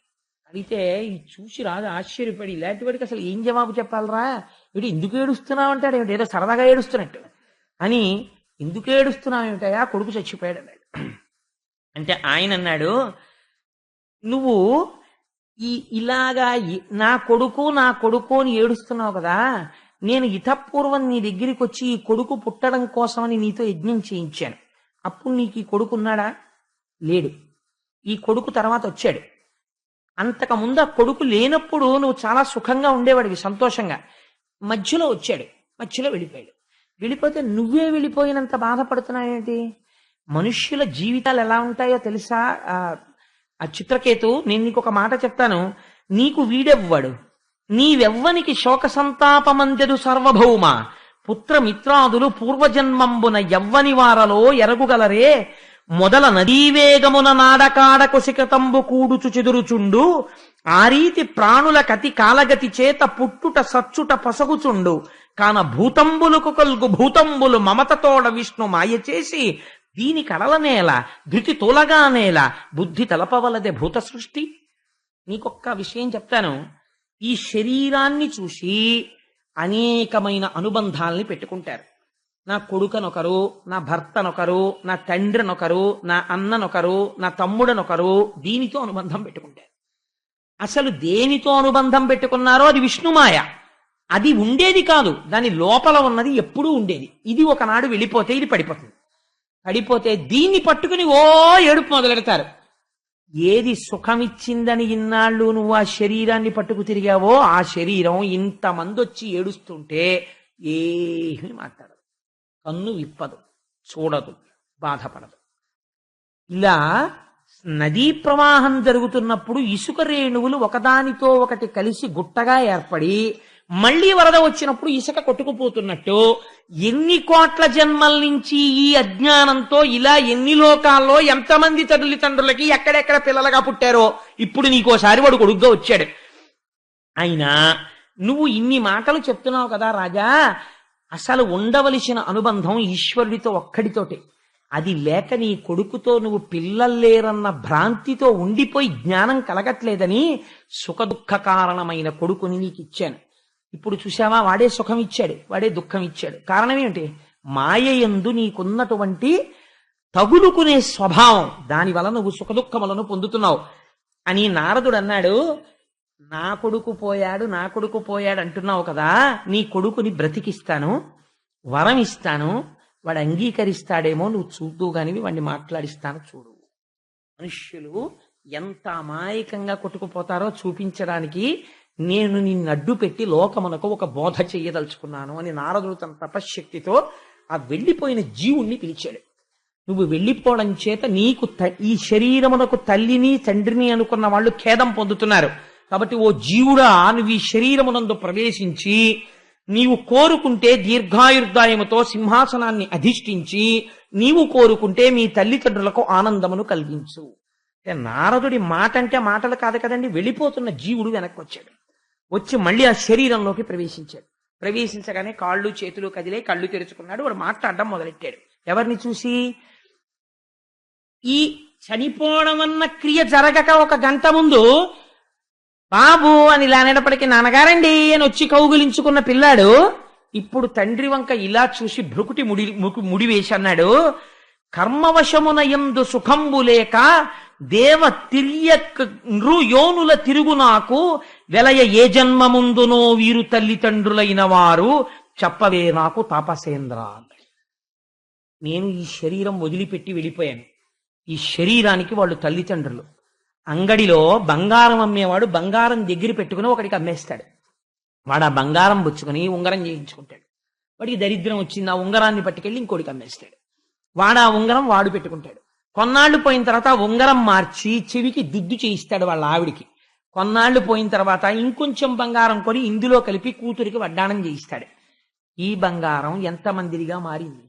నేను ఇప్పటికీ బయటికి వెళ్ళిన తర్వాత నాకు తెలిసింది, నా కర్మ వల్ల ఇన్ని కోట్ల మంది తల్లిదండ్రులకి నేను కొడుగ్గా పుట్టానో ఇప్పటికి. వాళ్ళల్లో వీడోడు తాపసి. నన్ను వచ్చి తల్లిదండ్రుల్ని సుఖపెట్టమన్నావు కదా, ఎంతమంది తల్లిదండ్రుల్ని ఇలా వెనక్కెడుతూ నేను సుఖపెట్టాను చెప్పు నాకన్నాడు. ఈ మాట విని చిత్రకేతు వెనక్కి పడిపోయాడు. అవ్వా అవ్వా అవ్వా, నా కొడుకు నా కొడుకు అనుకున్నాను. ఇదా వీడు మాట్లాడదామని. బాంధవ జ్ఞాతి సుతులను పగతురాత్మ పరుల దాసీన మధ్యస్థ వర్గములను సరవి కనుచుందు ఒక్కొక్క జన్మమునను ఎరయ ప్రాణికి ఒకవాది నిజము కలదే. ఎంత గొప్ప మాట అడిగాడో చూడండి. ఎంత దిక్కుమాలిన అనుబంధాలంటే, ఈ శరీరంతో ఉన్నప్పుడు దీనికి చాలా మందితో అనుబంధం. ఇది ఒకరికి భర్త, ఇది ఒకరికి తండ్రి, ఇది ఒకరికి కొడుకు, ఇది ఒకరికి అన్న, ఇది ఒకరికి తమ్ముడు, ఇది ఒకరికి గురువు. ఇన్ని అనుబంధాలు దీనికి. ఇది వదిలిపెట్టేగానే చిత్రం ఏమిటంటే వదిలింది ఒకటే, ఇన్ని ఎగిరిపోయాయి. నేను చూశానండి ఒక ఆవిడ్ని, ఇంకొక గంటలో చచ్చిపోతుందనగా కూతురుతో మాట్లాడాలని బెంగ పెట్టుకుపోయింది ఆవిడ. ఫోన్ చేసి ఒక్కసారి దాన్ని పిలిపించండి రా, నేను వెళ్ళిపోతున్నాను రా, నాకు తెలిసిపోతోందండి ఆవిడ. ఫోన్ చేస్తే హైదరాబాద్ నుంచి ఆ కూతురంది, నా కూతురికి జ్వరంగా ఉంది, నేను ఇప్పుడు రావడం కుదరదు, అమ్మ అలాగే అంటుంటుంది అంది ఆవిడ. అని అన్న గంటకి ఆ కూతుర్నే తలుచుకుని తలుచుకుని తలుచుకుని దాన్ని చూడాలనుంది అంటూ కొంతసేపు అయిపోయిన తర్వాత టెలిఫోన్లో ఈ మాటని కొడుకు మార్చి నచ్చ చెప్పాడమ్మా, దాని కూతురికి బాగోలేదుటమ్మా, అలా నువ్వు దాన్ని ఇబ్బంది పెట్టేస్తే ఎలాగా, వస్తుందిలేమ్మా 2 రోజుల్లో వచ్చేస్తానంది, ఇవాళ కాదు కానీ రేపు గౌతమి ఎక్కేస్తానందమ్మా అని అబద్ధం చెప్పాడు. అది వచ్చే వరకు ఉంటాన్రా అని బెంగెట్టుకుని ఏం తెలిసిపోయిందో ఏడిచి కళ్ళమ్మ నీళ్ళెట్టుకుని తుడుచుకుని వెధవ పిల్లల్ని కన్నాను, ఎందుకురా చచ్చిపోయే ముందు చూద్దామంటే రాలేదురా అంది ఆవిడ. అని 1 గంట పోయిన తర్వాత ఆవిడ పోయింది. చనిపోతే నా కూతురికి జ్వరంగా ఉందన్నటువంటి కూతురు టాక్సీ చేయించుకుని వచ్చింది హైదరాబాద్ నుంచి. వస్తే ఈ తల్లి పడుకునుంది ఐస్ గడ్డ మీద. పడుకునుంటే అది వచ్చి కారు దిగి గబగబా వెళ్ళి ఆవిడ శరీరాన్ని పట్టుకుని, అమ్మా అమ్మా నేను రాకుండా వెళ్ళిపోయావా అమ్మా అని. ఏ పిల్ల కోసం ఇంత పరితపించిందో ఆ కన్నిలా విడలేదు, ఆ చెవిలా వినలేదు, ఆ శరీరం కదలలేదు. ఆ శరీరంలోంచి జీవుడు విడిపోగానే అన్ని అనుబంధాలు ఏకకాలమునందు ఆరిపోతాయి. ఇంట్లో మెయిన్ ఫ్యూజ్ పోయింది, అన్ని ఫ్యాన్లు లైట్లు 0 వాట్ బల్బులతో సహా అన్ని ఆగిపోతాయి. జీవుడు ఉత్క్రమణం అయిపోయాడు, అన్ని అనుబంధాలు తెగిపోయాయి, అంతే వెళ్ళిపోతున్నాడు. ఇలాంటి అనుబంధాలన్నీ పెట్టుకుని ఎన్ని జన్మల్లో పాడైపోయానో, మళ్ళీ నువ్వు ఇంతటి తాపసివి నన్ను ఇందులోకి తెచ్చి మళ్ళీ జన్మలు పెడతావా, ఎందుకు వచ్చిందయా, ఉద్ధరిస్తే ఉద్ధరించు, నేను ఉండని శరీరంలో అన్నాడు పిల్లాడు. అంటే ఆశ్చర్యపోయి, అయ్య బాబోయ్ ఇప్పుడు నాకు బుద్ధి వచ్చిందండి, వాడిలా మాట్లాడాక నాకు తెలిసింది తత్వం అంటే ఏమిటో అంటే. అప్పుడు అంగిరస మహర్షి అన్నారు, ఇప్పుడు తెలిసిందా అనుబంధాలంటే ఏమిటో. కాబట్టి వెర్రి పెట్టుకోకు అని నేను ఉండను అని వెళ్ళిపోయాడు ఆ శరీరం నుంచి. ఇలా శరీరానికి సంస్కారం చేసేసి యమునా నదిలో స్నానం చేసి ఆచమనం చేసిరా, నీకో మంత్రం చెప్తాను. ఈ శరీరంలో ఉండగా చేరవలసింది ఈశ్వరుణ్ణి, ఈ పిచ్చ అనుబంధాల కోసం కాదు. ఎన్ని కోట్ల జన్మల్లో పెట్టుకున్నావో ఇలాగా అనుబంధాలు వద్దని నేను అంటలేదు, కానీ వాటి యొక్క మాయాస్వరూపాన్ని తెలుసుకుని ఈశ్వరుడి పాదాలు పట్టుకో. అందుకని చేతికి నూనె రాసుకుని పనసకాయ కొట్టు, ఇబ్బంది ఉండదు, అంటుకోదు. చేతి నూనె రాసుకోకుండా పనసకాయ కొడితే జిగురు చేతికి అంటుకుంటుంది. అందుకని జ్ఞానంతో ఉండి వైరాగ్యంతో ఉండి సంసారంలో ఉండు, ఏమీ సమస్య ఉండదు. అందుచేత నేను నీకు ఉపదేశం చేస్తాను. నీకు ఈ ఉపదేశం చేత నువ్వు 7 రాత్రులు ఈ మంత్రం జపిస్తే నీకు సంకర్షణ దర్శనం అవుతుందన్నారు. సంకర్షణుడు అంటే సాక్షాత్ బలరామావతారంగా వచ్చిన అనంతుడు, ఆదిశేషుడు. శ్రీమన్నారాయణమూర్తి పాదములు పెట్టుకునేటటువంటి పాదపీఠి కింద ఉంటాడు ఆయన, పడగలు చుట్టుకుని. ఆ ఆదిశేషుడి దర్శనం అవుతుంది.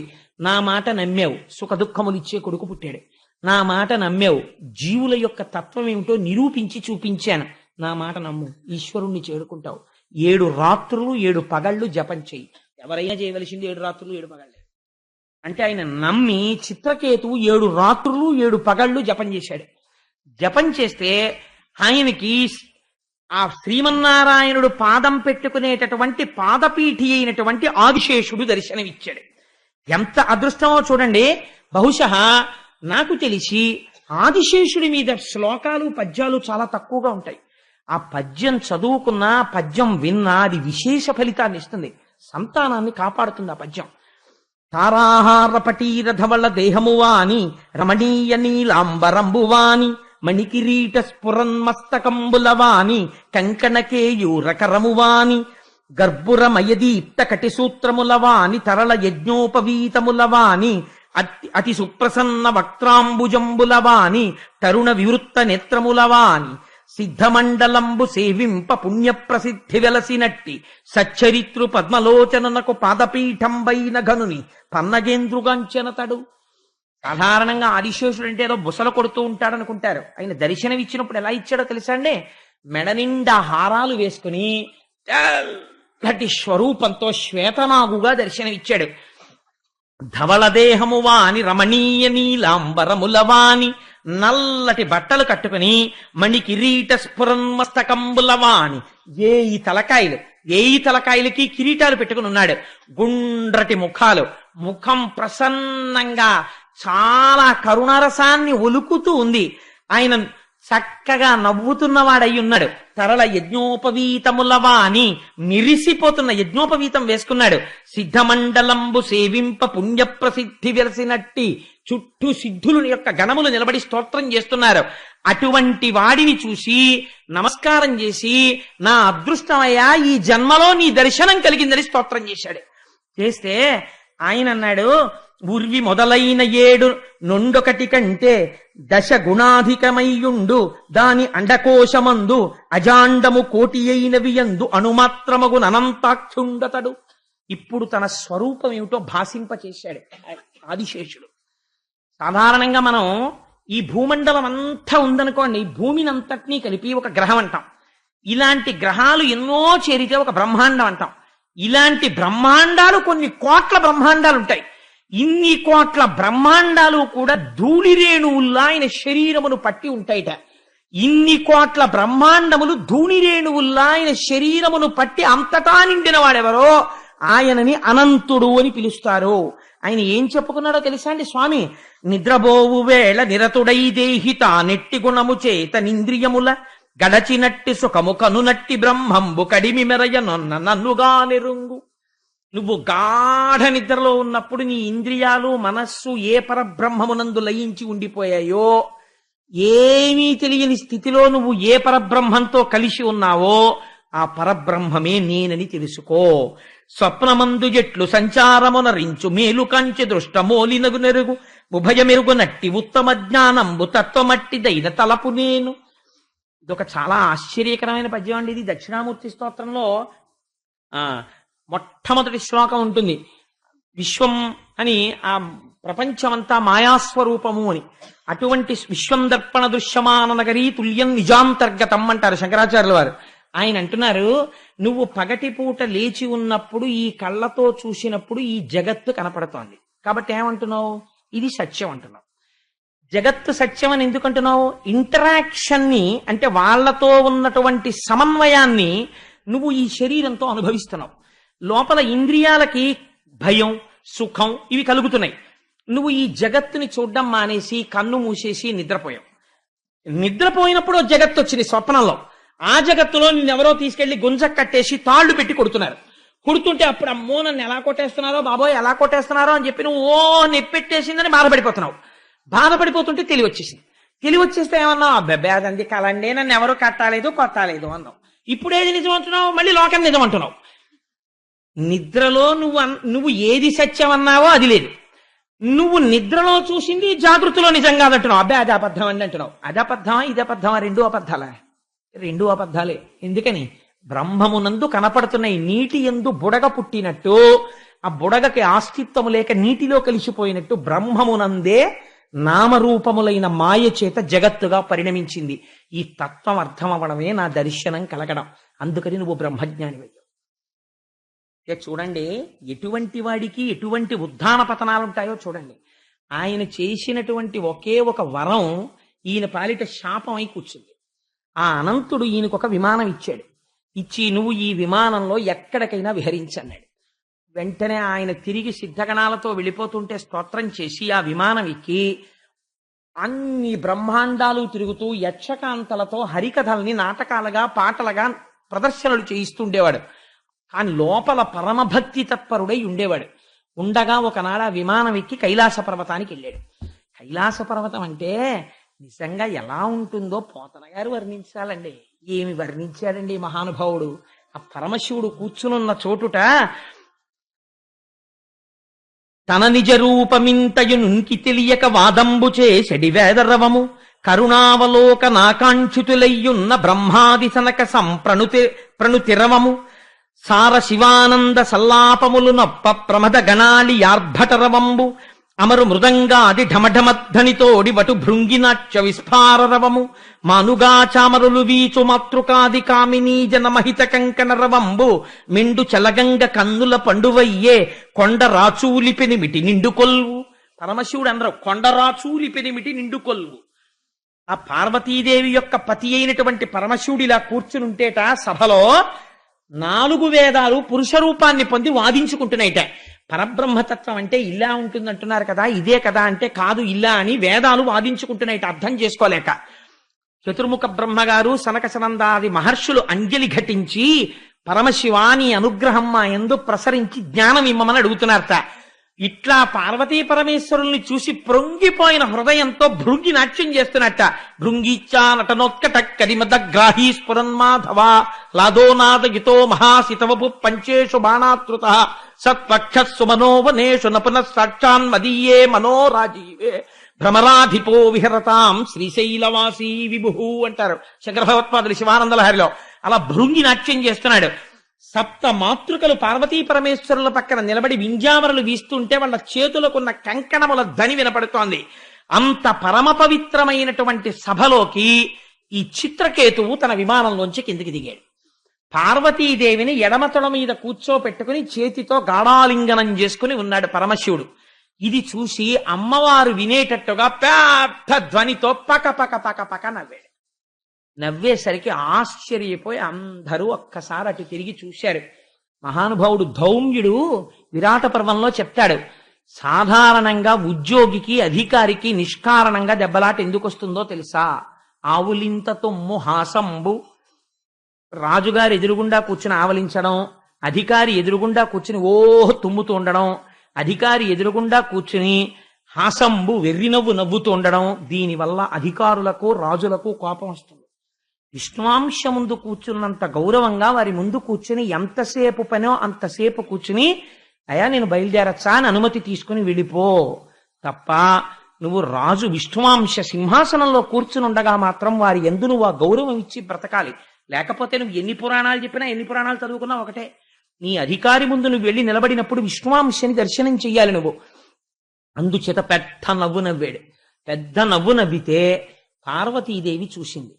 చూసి నువ్వెందుకు నవ్వుతున్నావు అంది.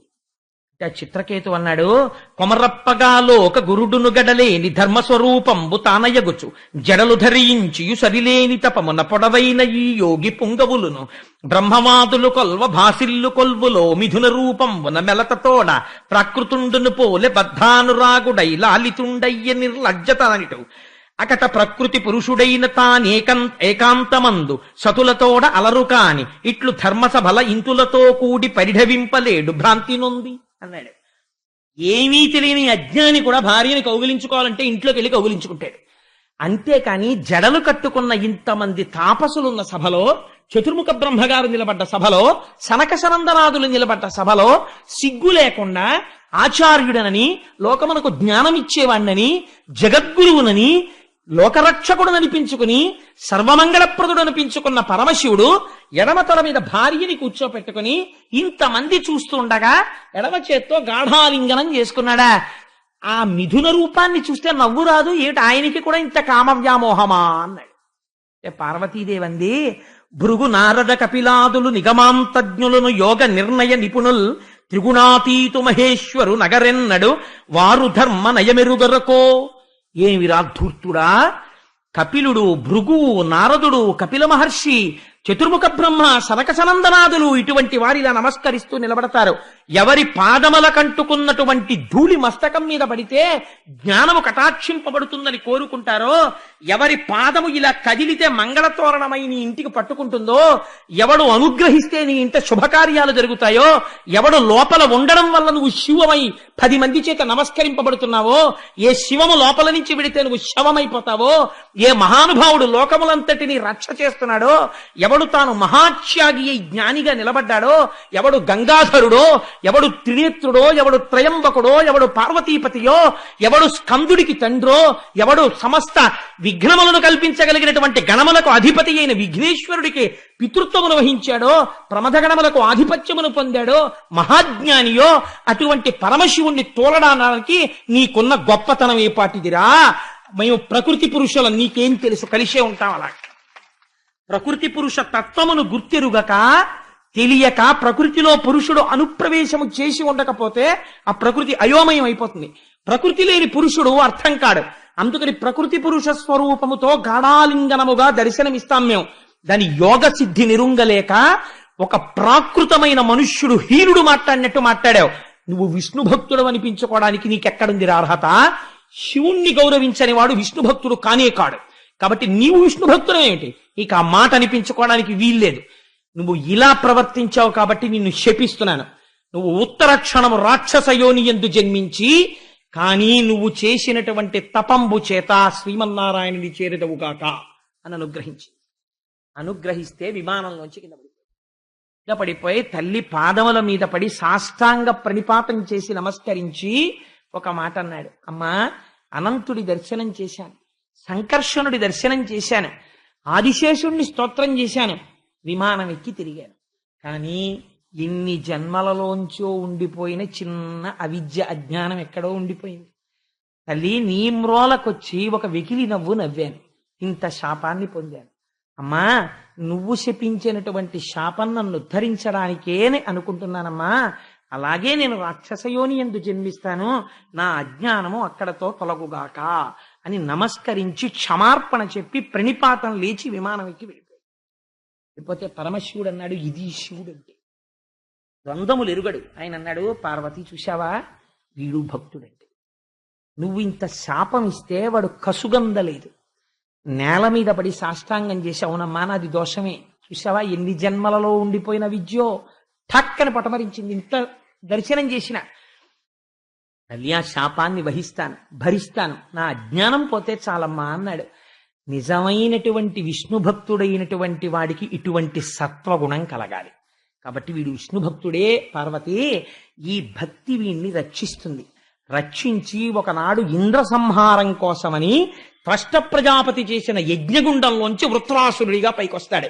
వచ్చినా ధర్మం నిర్వర్తించాలి కాబట్టి యుద్ధం చేస్తాడు, మనస్సు మాత్రం శ్రీమన్నారాయణుడి దగ్గర పెడతాడు. తొందరగా చంపేవయ్యా, వెళ్ళిపోతానంటాడు అని పడిపోయి శ్రీమన్నారాయణుణ్ణి చేరుకుంటాడు. పరస్పర భిన్నత్వం కలుగుతుంది. నీ శాపము చేత రాక్షసుడవుతాడు, తాను చేసుకున్న సుకృతము చేత అపారమైన భక్తితో నిలబడిపోతాడు. ఇంత పరమపావనము ఈ ఆఖ్యానము. కాబట్టి నరనాథ, ఈ వృతునకు రాక్షసాకృతి కలిగిన ఈ పుణ్య కారణంబు చిరపుణ్యుడైనట్టి చిత్రకేతు మహానుభావంబు భక్తితో పరగవిన్న చదివిన వారికి సకల దుష్కర్మముల్ శిథిలంబులై కడు చెదరిపోవు సకల వైభవంబులు సమకూరు తమయంత తోల్కాడు కోర్కొలతోడ కూడి నిర్మలత్ములగుచు నిత్య సత్య జ్ఞాన నిరతులగుచు విగత దురితులగుచు బంధుమిత్ర పుత్ర పౌత్రాదులను కూడి అనుభవించుచుందురధిక సుఖము. ఇహమునందు వాళ్ళు ఏమైనా ప్రమాదము రావలసి ఉంటే అటువంటి ప్రమాదములు తొలగి పుత్రపౌత్రాభివృద్ధిగా 3 తరాలు చూసి ఇహమునందు సమస్త ఐశ్వర్యమును పొంది అంచమునందు భక్తి జ్ఞాన వైరాగ్యములు కలిగి మళ్లీ పుట్టవలసిన అవసరము లేనటువంటి పునరావృత్తి రహిత శాశ్వత శివ సాయుధ్య స్థితిని కటాక్షించగలిగిన మహోత్కృష్టమైనటువంటి ఆఖ్యానము ఈ వృత్రాసుర వధ. ఎందుకు రాక్షసయోని ఎందు పుట్టి ఇంతటి భక్తుడయ్యాడో ఈ రహస్యాన్ని ఎవరు వింటున్నారో వాళ్ళకి ఉదారముగా శ్రీమన్నారాయణుడు ఈ వరమిచ్చాడని ఆనాడు వ్యాస భగవానుడు చెబితే, శుకుడు పరీక్షిన్ మహారాజుకి చెప్తే మన అదృష్టము కొలది పోతనామాచ్యుల వారు ఆంధ్రీకరించి ఈ అమృత ఫలాన్ని మన చేతనుంచారు. ఇటువంటి దివ్యమైన ఆఖ్యానమును పూర్తి చేసి ఇంకా రేపటి నుంచి అన్ని ఇప్పటి వరకు చెప్పినవన్నీ అమృత భాండములే, అద్భుతమైన వస్తాయి. నాదొక్క విజ్ఞాపనమ్మా, ఎదర క్షీరసాగర మథనము ప్రారంభమైపోతుంది ఇంకొక 2 రోజుల్లోనో 3 రోజుల్లోనో. నేను చాలా ఆర్తి చెందుతున్నాను ఒక విషయం కోసం. సాధ్యమైనంత వరకు శుక్రవారం నాడు సాయంకాలం లక్ష్మీదేవి క్షీరసాగరంలోంచి ఆవిర్భవించిన ఘట్టం చెప్పాలి అని. ఎందుకనంటే శుక్రవారం అసుర సంధ్య వేళ లక్ష్మీదేవి పుట్టడం వింటే, ఆవిడ చూపుల గురించి వింటే అపారమైన పుణ్యము కలిగి దరిద్రమునకు హేతువైన పాపం పోతుంది. 2, శనివారం మనకి వెంకటాచలపతి శ్వేతవరాహ కల్పం వరకు ఆయన పరిపాలకుడు. మరి శనివారం నాడు సాయంకాలం చక్కగా మనం లక్ష్మీ కళ్యాణ ఘట్టం చెప్పుకుందాం. ఎంత అందంగా ఉంటుందో లక్ష్మీ కళ్యాణం ఇందురుగాని. ఆదివారం నాడు సాయంకాలం తల్లులందరూ సువాసినులందరూ దాని చేత అందరికీ లక్ష్మీ కటాక్షము కలగాలి, అమంగళము తొలగాలి అని ఆదివారం నాడు సాయంకాలం మనం అందంగా లక్ష్మీ పూజ చేసి, మనకి జగద్గురువులై భిక్ష పెట్టారు కనకధారాస్తోత్రం శంకర భగవత్పాదులు. ఆ రోజు పూర్తవగానే పూజ, ఆడవారు మగవారు ఎవరు దరిద్రం అక్కర్లేదనుకుంటున్నారో, ఎవరు మంగళములు కావాలనుకుంటున్నారో, ఎవరు ఐశ్వర్యంతో భక్తితో జ్ఞానంతో వైరాగ్యంతో ఈ జన్మని సార్థకం చేసుకోవాలనుకుంటున్నారో అటువంటి వాళ్ళందరం అసుర సంధ్య వేళ ఇంతమంది తల్లులు కలిసి లక్ష్మీదేవిని అర్చించి శ్రీ సూక్తంతో కుంకుమార్చన చేసి ఇన్ని వందల మంది నీరాజనం ఎత్తినప్పుడు అమ్మవారిని ఇంతమంది తల్లులలో చూసి పొంగిపోయి ఇంతమందిని కలిసి విశ్వామరేంద్ర పద విభ్రమదాన దక్ష ఆనందహేతురధికం ఉరవిద్విషోపి ఈశన్ నిషీదతు మయిక్షణమిక్షణార్థ ఇందీవరోదర సహోదరమిందిరాయా అన కనకధారా స్తోత్రం చేస్తే ఎందుకు రక్షింపబడం? అమ్మవారి గురించి మనకి జగద్గురువులు అంతటి అభయం ఇచ్చారు శంకర భగవత్పాదులు. ఆ కనకధారా స్తోత్రాన్ని అనుసంధానం చేద్దాం. అంతటి మహత్తరమైన రోజులు వచ్చేస్తున్నాయి. ఇంకా రేపు ప్రహ్లాదోపాఖ్యానం వస్తుంది. ఎటువంటి ఆఖ్యానములో ప్రారంభమవుతాయి క్షీరసాగర మథనం అవి. అందుకని సాధ్యమైనంత వరకు శుక్రవారం నాడు తప్పకుండా అందరూ లక్ష్మీదేవి ఆవిర్భావాన్ని, శనివారం నాడు కళ్యాణాన్ని విని అందరం తరిద్దాం. చెప్పేవాణ్ణి నేను సమర్థుణ్ణి కాకపోయినా మీ ఆర్తి చేత మీరు తరించెదరుగాక, మీకున్న ఆర్తి చేత అని. ఈశ్వరానుగ్రహం ఎందుకు కలగదండి? ఆర్తి చేతనే వస్తుంది, అంతేగాని నేను సమర్థుడనని వస్తుందా? మీ ఆర్తి చేత వస్తుంది. అందుకని మనందరం సంతోషంగా ఇప్పుడు 11 మాటలు స్వామి నామని చెప్పుకుని బయలుదేరదాం. గోవిందా హరి గోవింద గోకుల నందన గోవింద, గోవిందా హరి గోవింద గోకుల నందన గోవింద, నిఖిల లోకేశ గోవింద గోకుల నందన గోవింద, ఆనంద రూప గోవింద, గోవిందా హరి గోవింద గోకుల నందన గోవింద, శేషాద్రినిలయ గోవింద, గోవిందా హరి గోవింద గోకుల నందన గోవింద, పద్మనాభ హరి గోవింద, గోవిందా హరి గోవింద గోకుల నందన గోవింద, పరమదయాళో గోవింద, గోవిందా హరి గోవింద గోకుల నందన గోవింద, ఇహ పరదాయక గోవింద, గోవిందా హరి గోవింద గోకుల నందన గోవింద, శేషాద్రినిలయ గోవింద, గోవిందా హరి గోవింద గోకుల నందన గోవింద, ఆనంద రూప గోవింద, గోవిందా హరి గోవింద గోకుల నందన గోవింద.